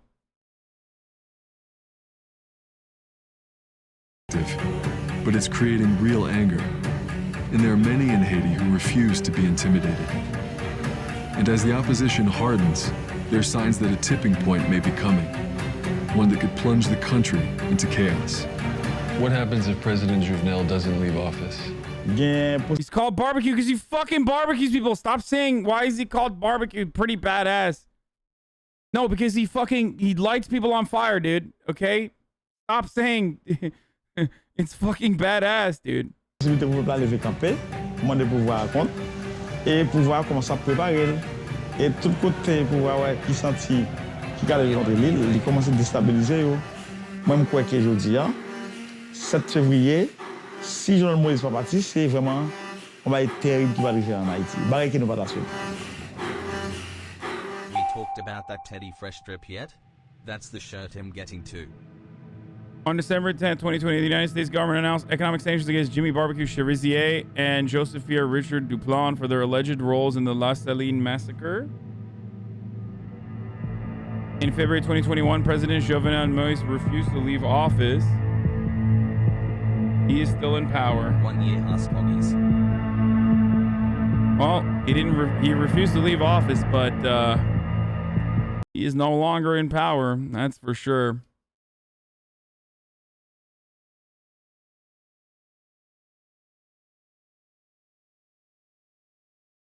So yeah, that did happen.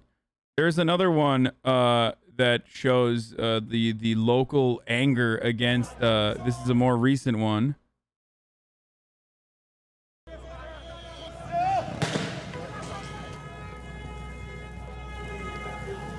And then after that, I'm going to move on from my coverage on Haiti, or my commentary on Haiti, because literally everything about Haiti is a fucking TOS violation.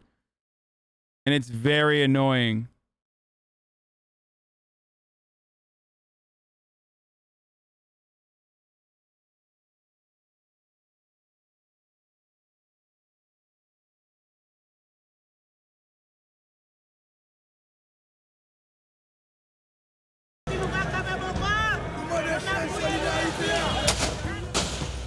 Haiti is burning.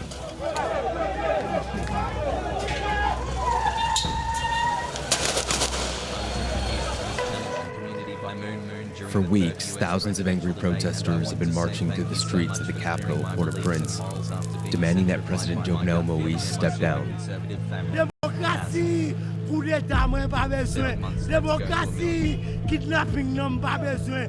Démocratie, en vérité, faut venir jouer en Haïti. The president's term officially ended on February 7th, but Moïse wants to govern for another 12 months because he took office a year after he was voted in. Now, these protesters are demanding new elections. Opponents say the president is stalling so he can grab more power. But he has the backing of the US and Haiti's police force.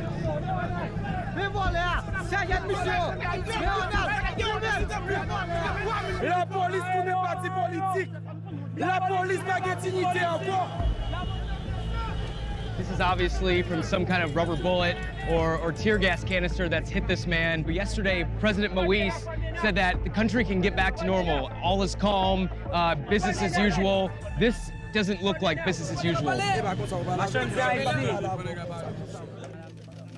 Jovenel Moïse was elected in 2016, promising to end Haiti's cycle of violence and corruption. But things have only gotten worse. Murders are on the rise.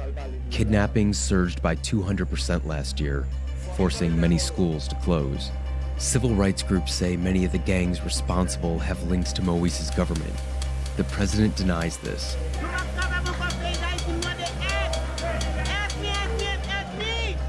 Security forces and unidentified gunmen have been using deadly force to halt demonstrations. So protesters were pushed back from the outskirts of the city. They've now descended back towards the presidential palace. Police have lined up and they're firing tear gas at the protesters scattered along this park right here. Everyone's trying to take cover. In the last 2 years alone, more than 180 people have been killed during protests against the president. And while we were at the demonstration, we heard about yet another victim. So right now we're about to meet up with the family of Ronald Dufresne. He's a motorbike taxi driver who was gunned down at the most recent government protest. You know, one of the things that we've been hearing from people that we've been talking to is that they're fed up with the gang violence and the kidnappings in Haiti. And this family is just another victim of that.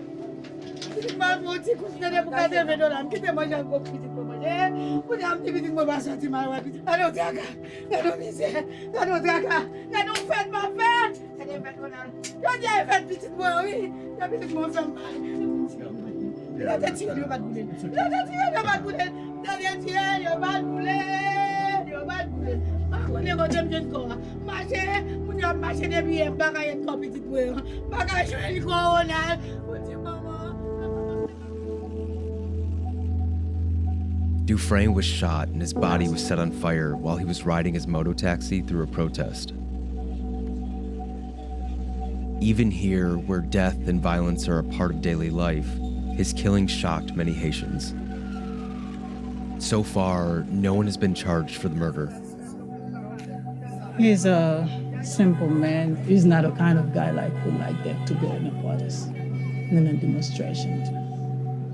How do you feel about what's happening in Haiti now? I'm scared sometimes to go out to see like my friends. I'm scared because the situation, like people like demonstration, I'm afraid like they kidnap too. We want to the government respect the law. Do you think that your brother will ever see justice? No, I don't think that because we don't have justice in Haiti for the time being. Now all the family wants is to bury Dufresne's body. They have no idea where the authorities have taken him or how they're going to pay for his funeral.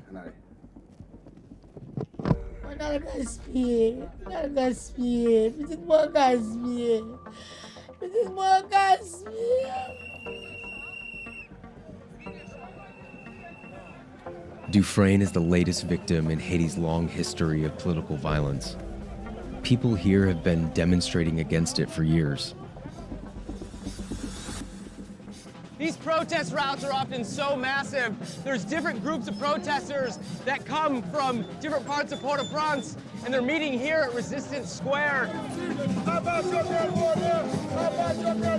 Neighborhoods in Port-au-Prince are ruled by competing gangs who either support or oppose the government. The most notorious of these gangs is G9, which has alleged links to Moïse's administration.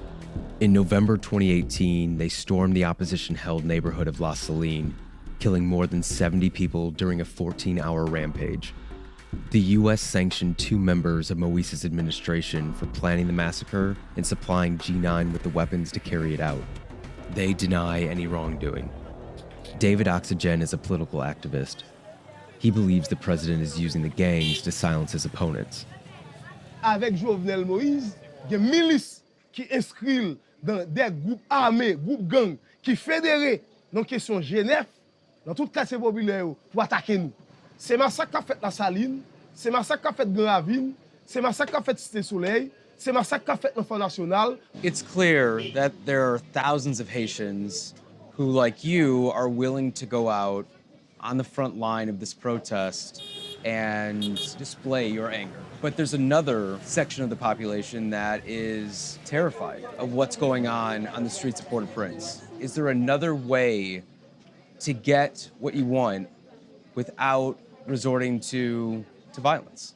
I mean, les masses populaires ont utilisé manifestation. Jovenel Moïse attaqué, c'est gaz lacrymogène, c'est armes à feu pour fusiller moun. C'est boule moun. Pas de droit de protestation. Et nous, Jovenel Moïse, à travers donc réseau laboratoire kidnapping, les installé dans le pays qui fait tout une paix. Laboratoire kidnapping ça, il arrive le moment dans le dernier niveau, ça nous est le premier niveau pic.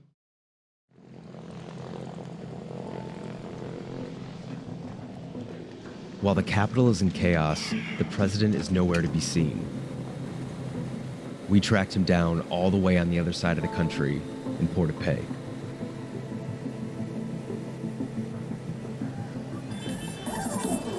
He's celebrating Carnival. Président Jovenel Moïse salue. Après 4 ans comme président, un an en mandat. Port-au-Prince is just 100 miles from Port-au-Prince, but it feels like another world. So do you know what's happening in Port-au-Prince right now?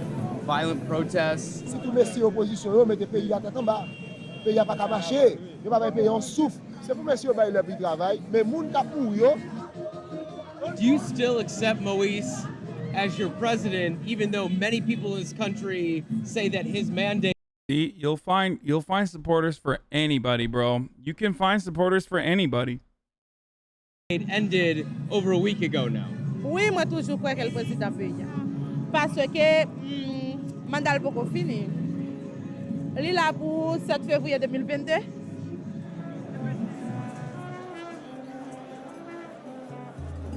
Finally, we got to the president himself.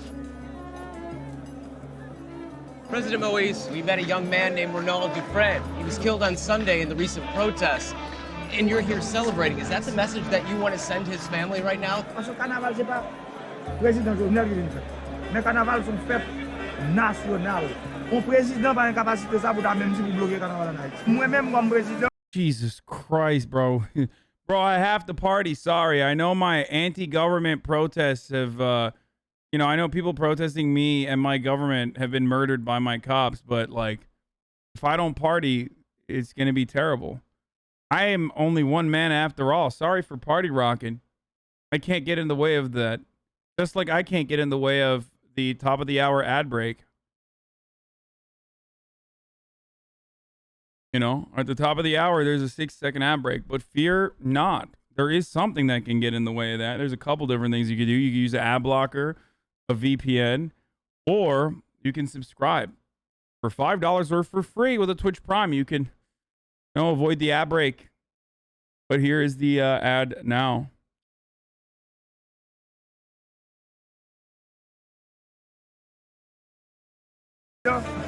C'est le premier monde qui l'a pour protéger la vie, pour protéger la famille, pour protéger tout le monde. The streets of Port-au-Prince right now, it's filled with protesters and people Got are it. being 10:05 hurt. There's is fires open cast. lit in the streets. It's chaos. What are you going to do about the security situation in Haiti right now? Nous prenons des milliers de manifestations déjà pendant 4 ans. Changement, pas jamais facile. Protestation à parler, c'est normal, parce que nous sommes en démocratie. C'est normal parce qu'il y a des gens qui ne sont pas d'accord avec nous. Merci en pile. Joyeux carnaval 2020.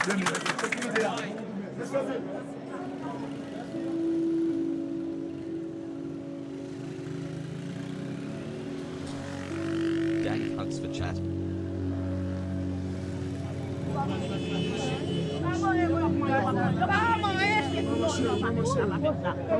The ads are still playing.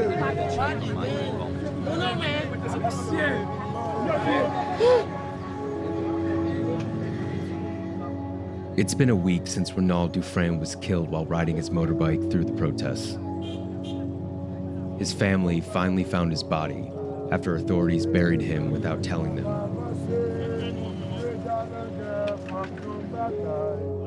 They brought him home and managed to borrow $1,000 for the funeral.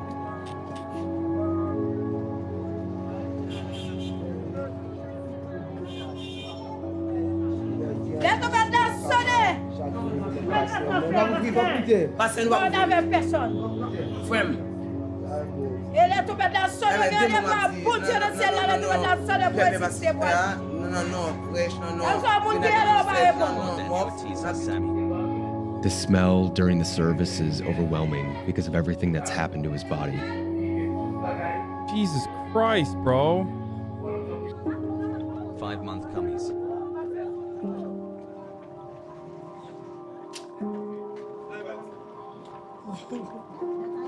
On va préparer pour ça dans le cimetière, mais là, c'est aujourd'hui, la deuxième. Je sais, ça change.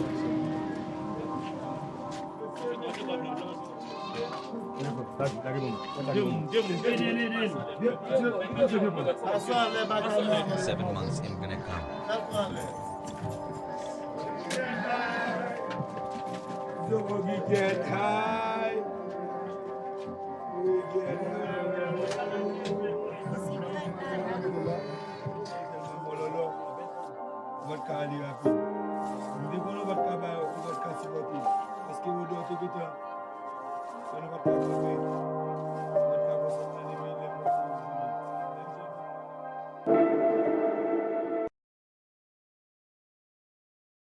Man. Haiti's founding in 1804 was a defining moment in world history. What began as a colonialism is kind of not good, folks. I don't want to give you guys a hot take here. It's going to really blow your minds, but slavery and colonialism, not great. Really kind of fucked things up. slave revolt against the French in 1791 led to the creation of the first post-colonial Black Republic, ruled by Jean-Jacques Dessalines.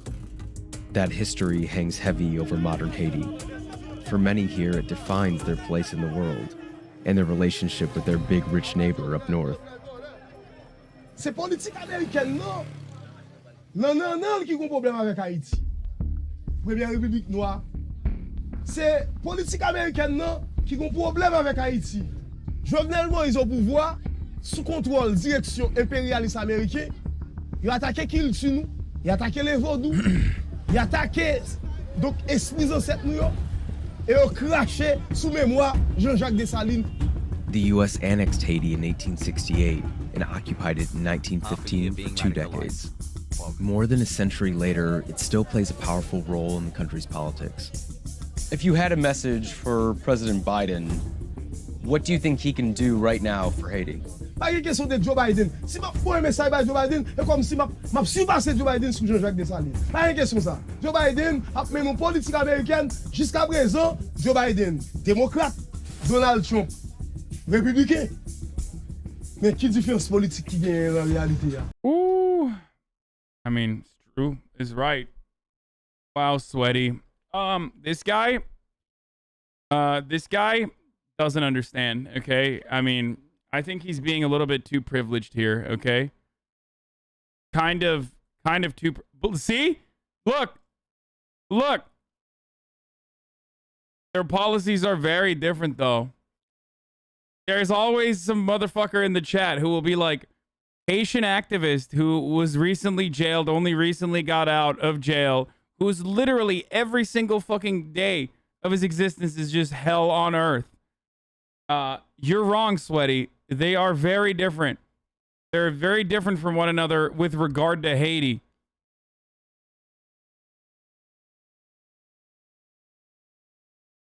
Ask this guy how he feels. How gay people, what? Are you talking to the lib guy, or are you talking about this dude?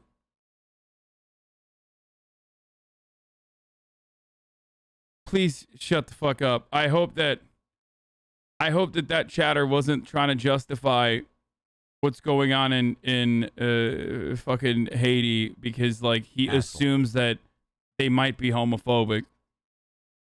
I think you literally need to be locked in prison forever if that's your take. For the record, I unironically believe that people who are like, no, people deserve to be subjected to these horrific conditions as a consequence of imperialism, a lack of restitution, a lack of reparations, and ongoing political destabilization in an effort to continue exploiting these third world nations if they are homophobic. I think you literally need to be in jail. You need to be in prison for the rest of your fucking life if that's your take. I'm just being honest. Like, maybe even fucking shot against the wall. I'm sick and tired of motherfuckers who go, yeah, developing nations deserve to be in the position that they're in because, sorry. No, seriously, fucking capital punishment for no one except for motherfuckers who say stuff like, we need to glass Iran because, there's homophobia occurring there. Yeah. I'm anti-capital punishment, except now I'm a fucking polemist, okay? Grinder, to the meat grinder with you, okay? Straight up. Straight the fuck up, you dupes. Oh my god. Flipped and shipped, say goodbye, coward. I mean, okay. There you go. Goodbye.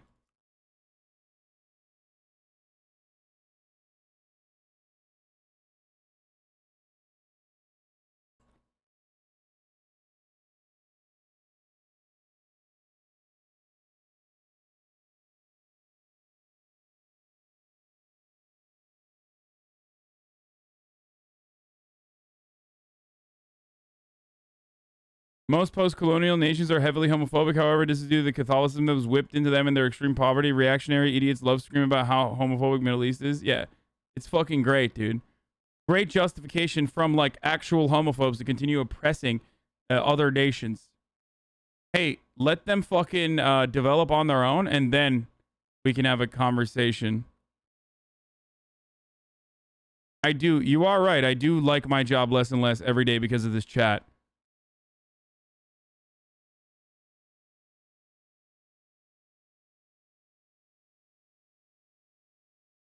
I do. Some people are so fucking brainwashed that it just like blows my fucking mind. Sometimes it does feel like a job. It's like when I hear takes like that, it's just it really it really hurts to just do this as a job. It does feel like a Même job. politique. Même politique qui a supporté Jovenel.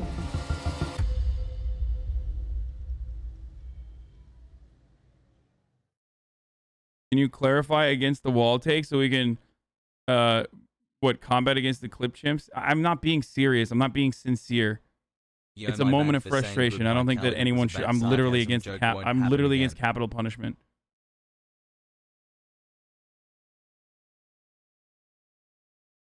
But nothing frustrates me. Nothing frustrates me as much as like idiots who like justify colonialism One or day the fucking senpai will notice me, imperialism by saying stuff like it's called pink washing, okay? It's something that Israel engages in. It's something that America engages in. It really, really, really is frustrating that it really is frustrating to like imagine hate washing just to clip us on. Oh, 100%.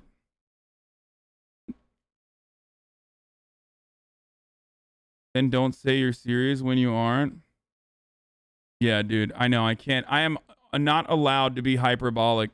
You're correct. Yes, you're right.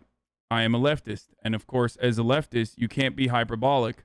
The more hyperbolic you are, the more you exaggerate, the less leftist you are. I've been watching you for 12 years, or 12 months, for more than a year. And I've seen you literally defend against and criticize capital punishment routinely. But now all of a sudden, I feel like you've changed your mind on it. Please explain to me why that happened. Actually, fuck that. I don't want an explanation. I just want to fucking clip you out of context and, rip it to LSF or some shit.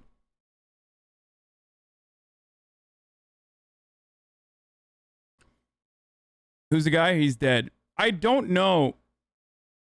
I don't know who killed him. I still don't know. I have no idea.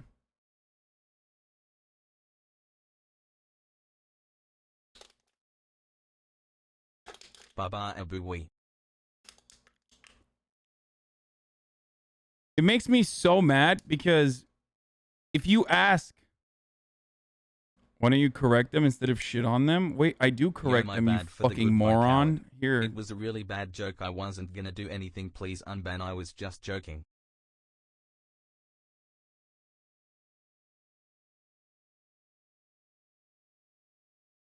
Oh god. Oh god. Oh my god. I'm getting like a fucking headache.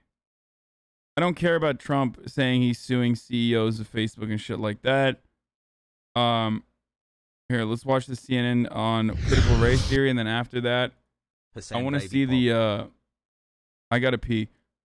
We're done with the news portion after this. Tonight, teaching the truth is not radical or wrong. That was the message today from the president of one of the largest teachers' unions in the United States, who are fighting back as Republican leaders in several states try to restrict how teachers teach racism in the classroom. Actually, I gotta mention something here. Tucker Carlson, didn't he literally advocate to fucking put like body cams in schools or something to make sure that teachers aren't teaching critical race theory to the children? Like, Republicans have lost their fucking minds completely. Let's get started on that before we do that, actually. Let's watch this absolute fucking psychopath. Please. Oh my lord.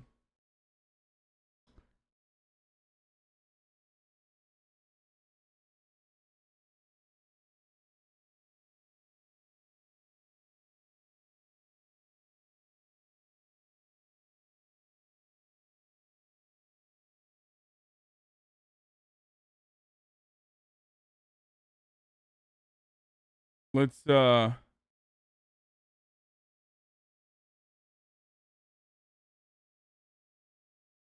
was it Matt Walsh who said it? I thought it was I thought it was actually what's his face? Tucker Carlson that did it. Does anyone have the clip?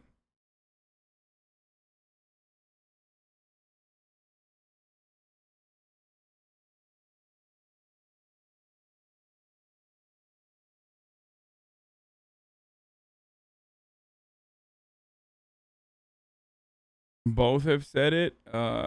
Let's see. Let's see.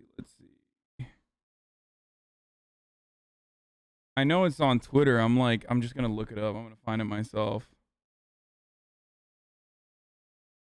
Yeah, I'm walking here.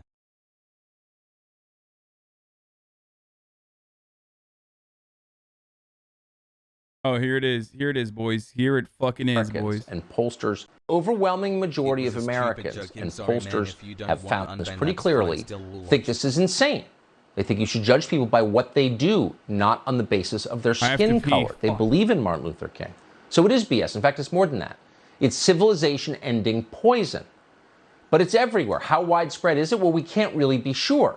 Until we finally get cameras in the classroom, as we put them on the chests of police officers, until we finally get a civilian review board in every town in America to oversee the people teaching your children, forming their minds, and let's hope we get both of those very soon.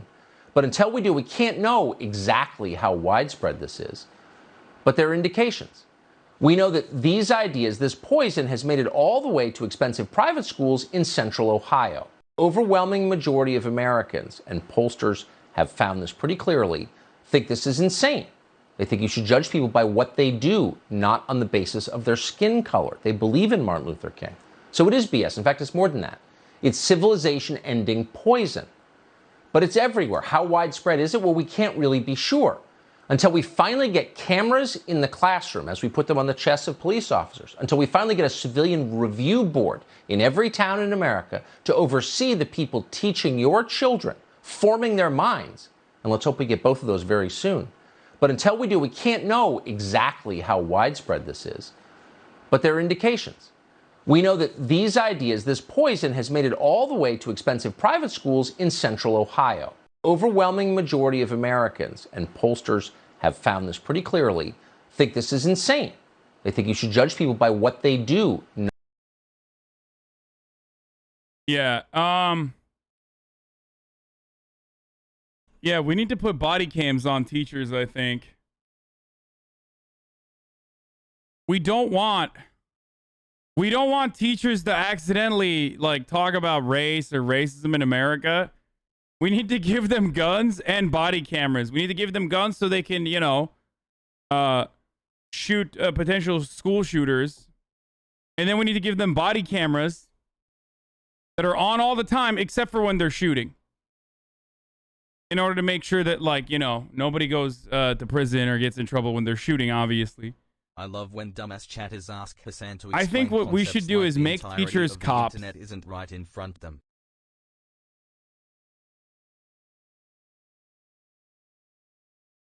And then they can even shoot people that bring up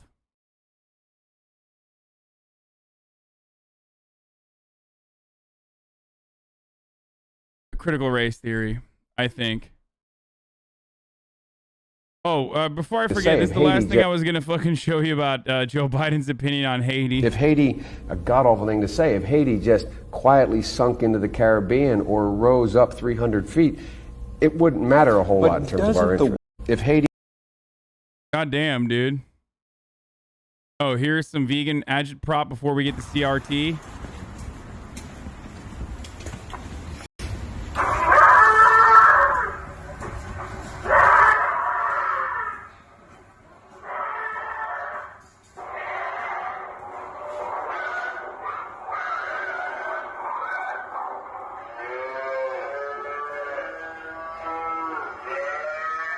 Dude, a really good way to just like combat meat eating, honestly, is by making like less. People who work for $7.25 an hour make their lives an absolute hell for their crimes against animals. Okay, just like. Pretty sure everyone is now vegan. I think making those dudes back there clean up this stuff.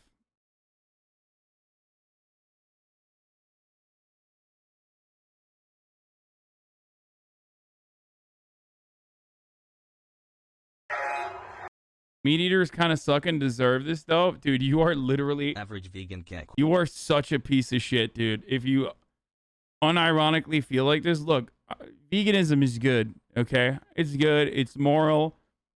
This is so fucking awful.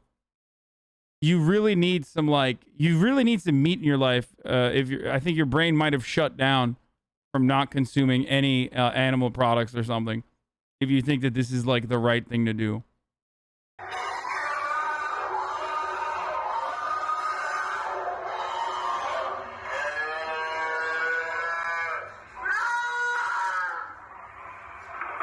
Wait, why are they showing cows that are being murdered?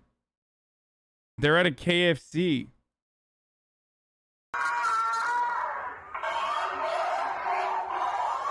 Oh, never mind. Those are chickens too.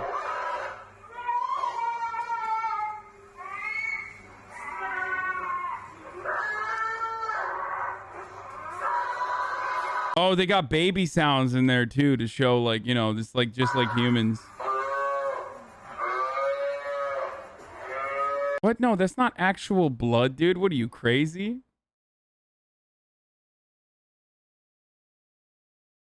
No, dude. It's paint. Yeah, dude, vegans went and they found, like, literal... They got blood out of animals so they could do that.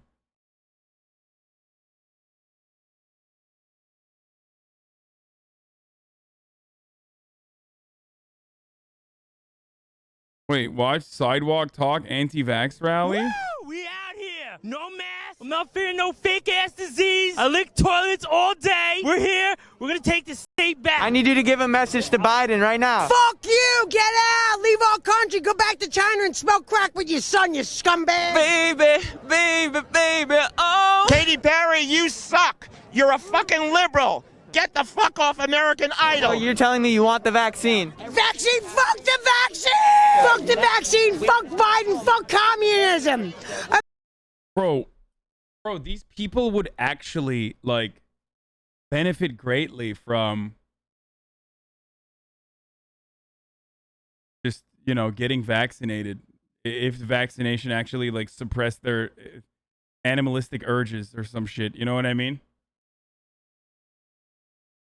America's great! Fuck this shit, what's going on, yo? Fuck this shit. I'm Black Lives Matter all day, yo. I don't know what the fuck. I see the Confederate flags and all this other bullshit. I don't know what the fuck this is, man. It look like racism to me, yo. Country roads, take me home to the place I belong. He's fucking mouthing it. He's like, yeah, that's good, brother.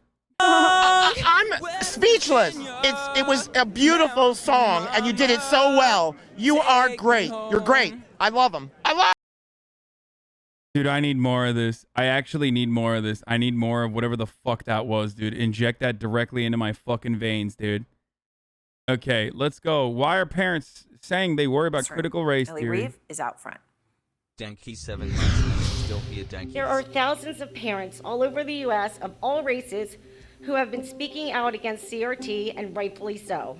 These are my babies, not yours. If you are embarrassed or ashamed of your skin color, that's your issue, not mine nor my children.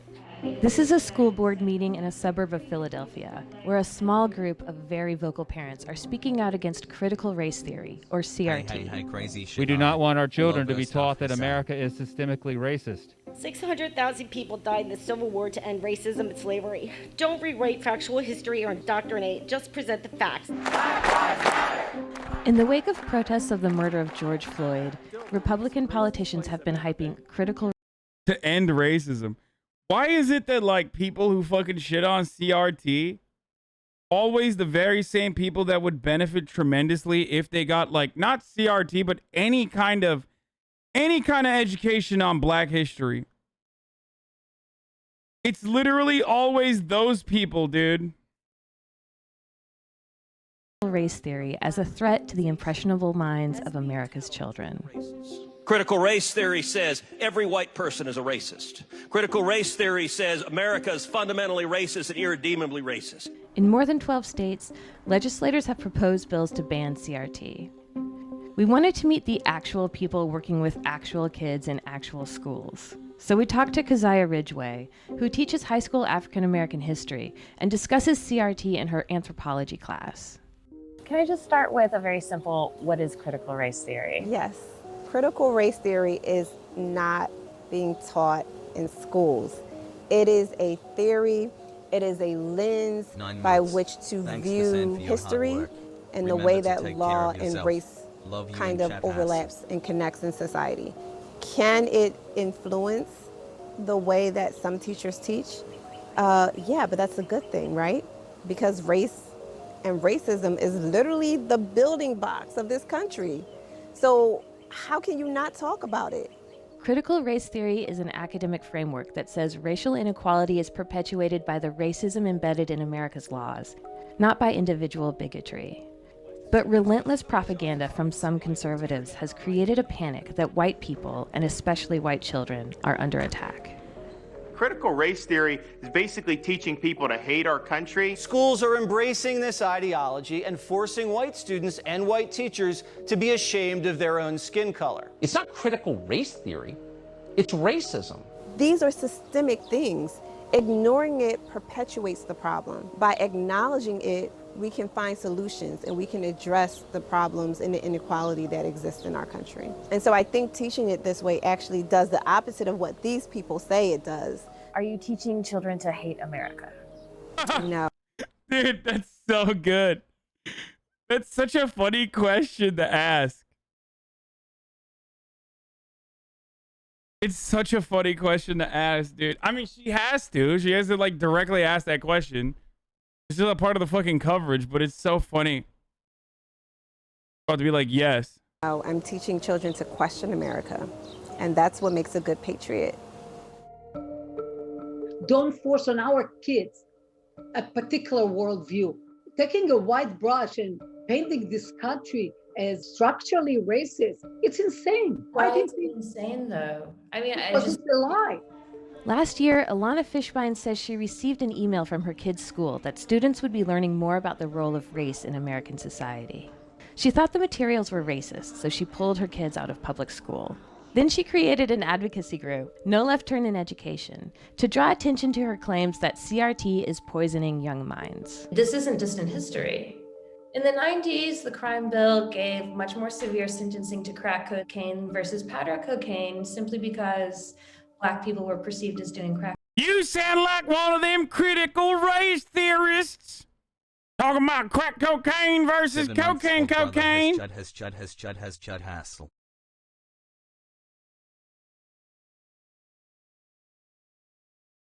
Don't do your critical race theory to me, you white devil. I don't want to hear your anti-white rhetoric. I knew it. You must be one of them self-hating whites who's a communist. CRT got to you, lady. Crack cocaine and white people. Ask Joe Biden why he did that. I think that's a great question. Wait, but this Joe Biden. Oh, fuck. Never mind. God damn it. Yo, what is up with, like, white South American immigrants, bro? What is going on? And, like, Polish, too. Why are some of them so fucking reactionary, dude? They're literally, like, the number one. Like, they are literally at the top of the pile with, like, I'm gonna do everything I can.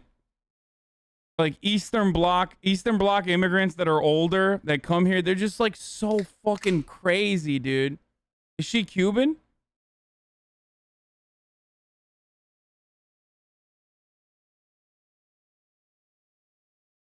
Biden, I think, is a perfect illustration, right? Joe Biden would present himself as a nice guy who would never have a racist bone in his body, yet he participated in creating these laws that have a structural effect of affecting Black people more than white people. But we don't have them now. People affected by that law are still alive. We're talking about something entirely different now. This is my taxpayers' money. I don't want it to go to indoctrinate kids that then are going to hate my kids because of the color of their skin and attack them because of the color of the skin. What happened in the summer, it twisted the minds of all kids. My kids can be attacked by Antifa kids or BLM kids that are not black. They are white like Bro, this person is literally like, okay, oh my God, I'm saying it, dude. Okay. I think we got to bring back lobotomies too. This is just, that's it, dude. After watching a couple conservative videos today, I'm done. Like, how do you fix this person's brain, dude? Like, actually, how do you fix this person's brain? Like, this person's a psycho. Like, they're fucking insane, dude. This is an insane person.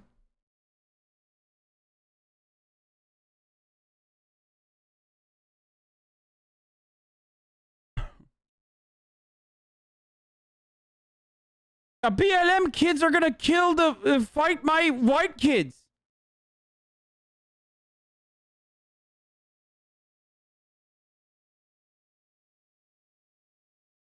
like my kids.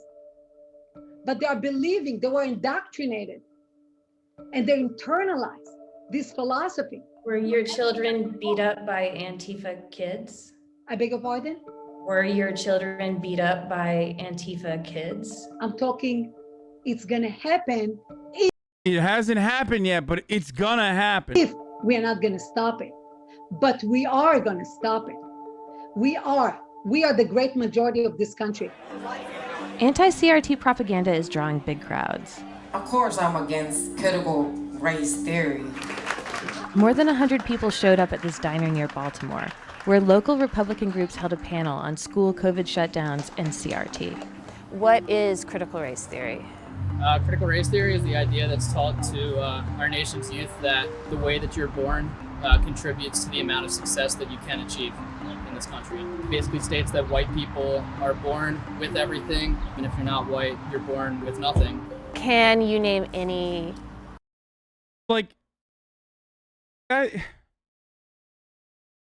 Not a single one of those things is true. Like, he has said nothing that is truthful.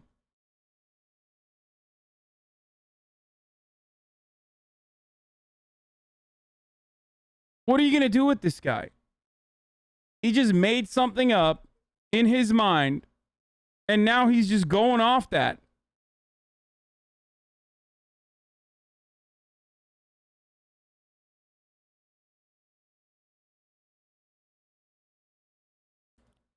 Critical race theory scholars?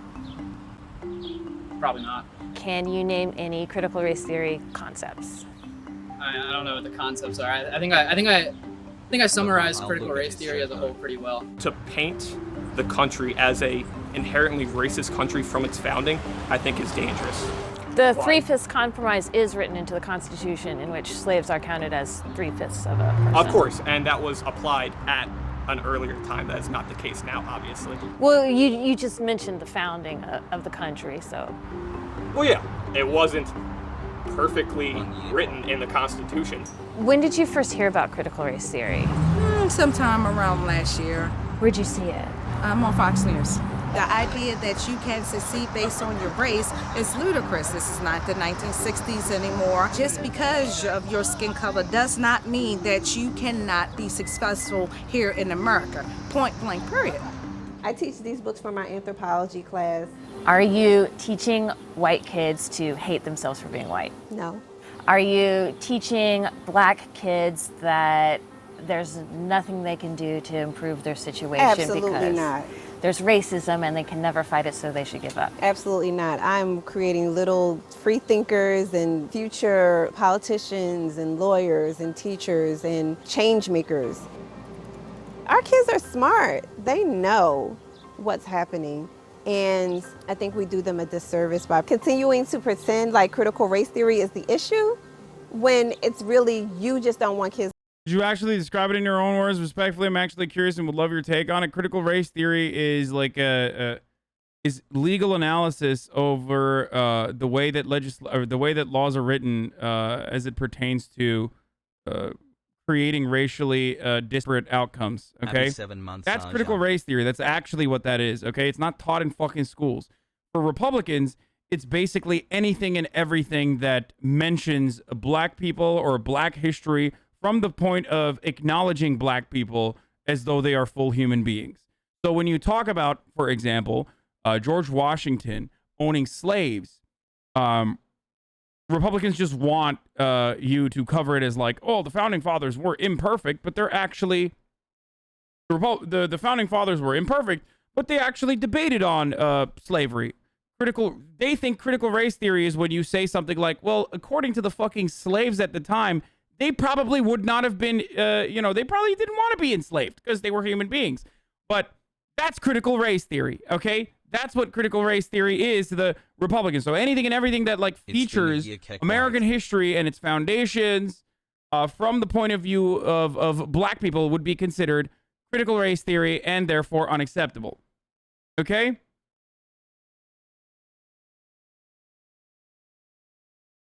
But the real critical race theory shit is just completely overblown. And the person, Christopher Rufo, who works for the Manhattan Institute that like made this become the large problem that it is, openly admits that he wanted to make critical race theory into something that was villainized and vilified and that people hyper-focused on. And they successfully did that. Okay, that's it.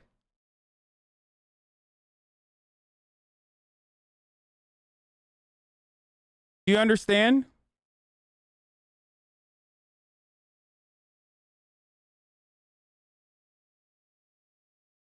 Bro, it's almost like these people don't like being discriminated by their color. Wonder if we've seen that before. Is bilingual banana? Wait, you think teaching... Can you show sources? If it's a bioweapon that was created to crumble human populations, it's a pretty shit one to be fair. Wait, are you trying to make an argument that like...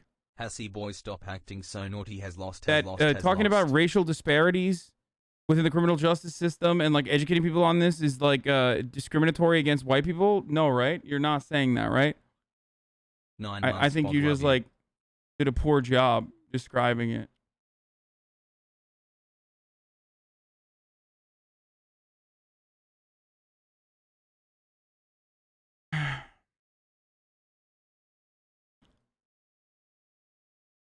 No, he's right. This is like, he's saying it's not a COVID is not a bioweapon. So I don't think he's like, yeah, I think he's.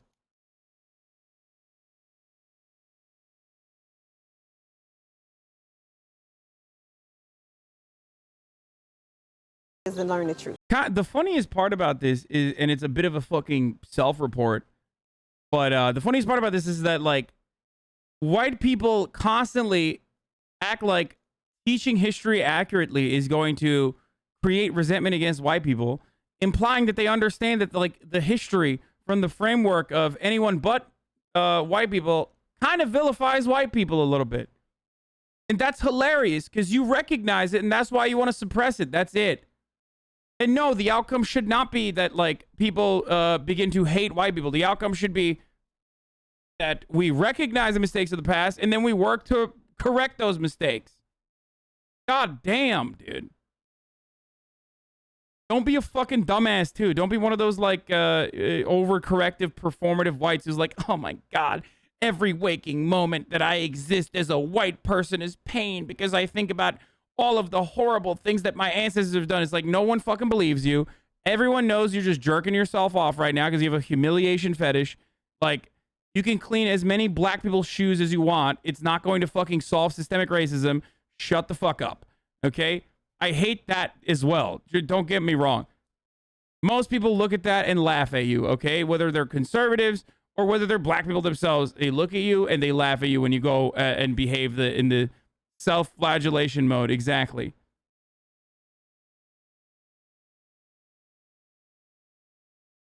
Because not only do they become critical thinkers, they also become voters. And that is what's scaring a lot of these people because they know that as this generation gets older, a lot of these people that are making these laws will be voted out of office. So, Ellie, I know you spoke to parents and activists in Philadelphia for your story, but you've done so much reporting on this. How widespread is it? Yeah, we're seeing conflicts over CRT pop up across the country. For example, our crew just dropped by one meeting just to see if someone might show up and talk about it, and 2 people did. And while this conflict and panic is based on misinformation, the fear these people feel is real. We saw a woman cry real tears at the thought that her child... Yeah, they're psychos, dude. They're fucking hysterical psychopaths. Fuck these people. Fuck them. Fuck these people. Hey, by the way, Sam Seder is debating the Ayn Rand Institute guy that Crowder fans desperately want him to debate. Let's see what's going on. You know what? I also like the incentive of, in a free market, not in the world in which we live now, where everybody hides behind the government, of the insurance company that insured that building, because they've got a lot of claims that they're going to have to pay now, and they're going to take a big hit. They, in a free market, they would have sent an inspector. Now, in the world we live in today, they don't, because they rely on the government inspector, which probably was not a good idea. No, because the government inspector made it quite clear that there were problems there. The private inspectors, I'm sorry, 20 years ago when the building was built with a basis. I'm sorry. The private inspectors also, the engineering company that was in there, the private owners of that building made the decision not to fix it. Now, were there stricter government regulations? Then why are we worried about it? Then they made a decision and they suffered the consequences. Because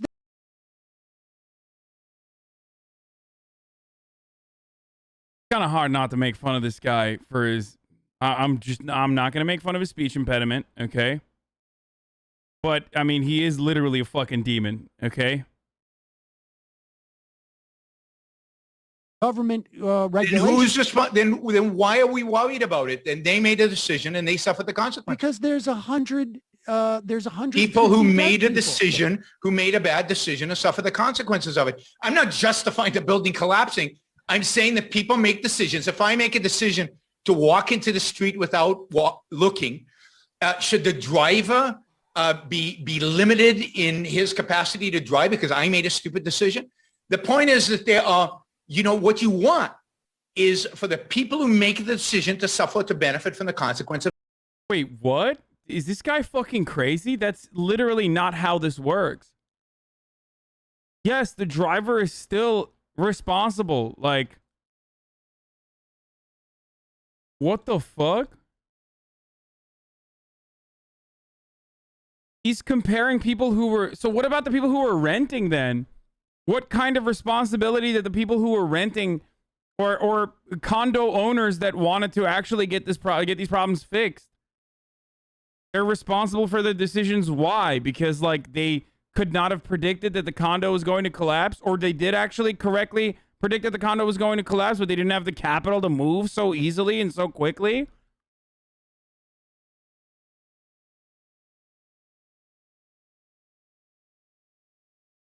So they're actually...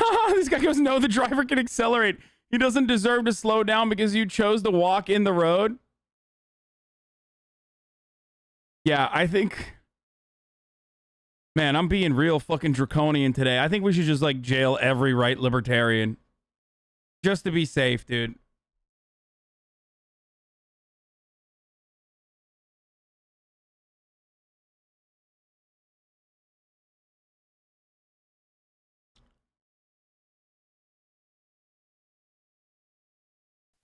Oh, but you know what else? This is great. People who made a decision, who made a bad decision, and suffer the consequences of it. I'm not justifying the building collapsing. I'm saying that people make decisions. If I make a decision to walk into the street without looking, should the driver be limited in his capacity to drive because I made a stupid decision? The point is that there are, you know, what you want is for the people who make the decision to suffer, to benefit from the consequence of their actions. Oh my God, dude. Jesus Christ. Profit motive drove these salespeople and this company to make doctors believe that this was not addictive in the way that the doctors understood OxyContin could be, or that this type of opioid could be. You're shaking your head. I mean, I'm shaking my head because no doctor believed it wasn't addictive, and particularly they couldn't believe it after they actually saw their patients come back. Okay, here's the problem. Are you ready for this? If doctors are demons that knew that the product was incredibly addictive, how does that absolve the actual fucking demons who misrepresented it and made the product and urged people to sell it? If you recognize that the doctors are evil in the situation, then you have to recognize that the guys who literally pumped it out to the doctors are even worse. Over and over and again to ask for more. So maybe initially you're right. But, you know, at some point you have to ask. We have a tremendous amount of corrupt doctors in this country. Then we have a lot of corrupt doctors in this country. That is it. Yeah, wait, how do you deal with all the corrupt doctors? Oh, you do a Yelp review. Just do a Yelp review on your doctor when your cousin dies of opiate overdose. You just say, hey, my cousin died of opiate overdose. All right, so don't go to this doctor.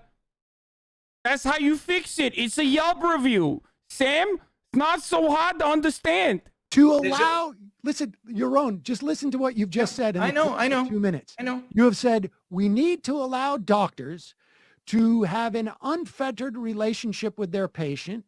And all of these doctors knew they were giving a highly addictive drug to their patients, and they turned the other direction, which led to incredible I think that's right, but look. Actually, so why am I suggesting we should trust doctors? Yeah, because I think we live in a system where we encourage people not to take personal responsibility, doctors and patients not to take personal responsibility. That's great, dude. I mean, dude, these guys, the libertarians are such freaks, dude. It's awesome. Actually awesome. Actually fucking awesome. All right. What's more awesome is that it's the top of the fucking hour, okay? And there's a 60-second ad break coming. Now, that's not the greatest of segues, I know. But it doesn't matter. You can avoid those ads. All you need to do is subscribe if you want to avoid them. And I'm making a fucking return to the drama, boys.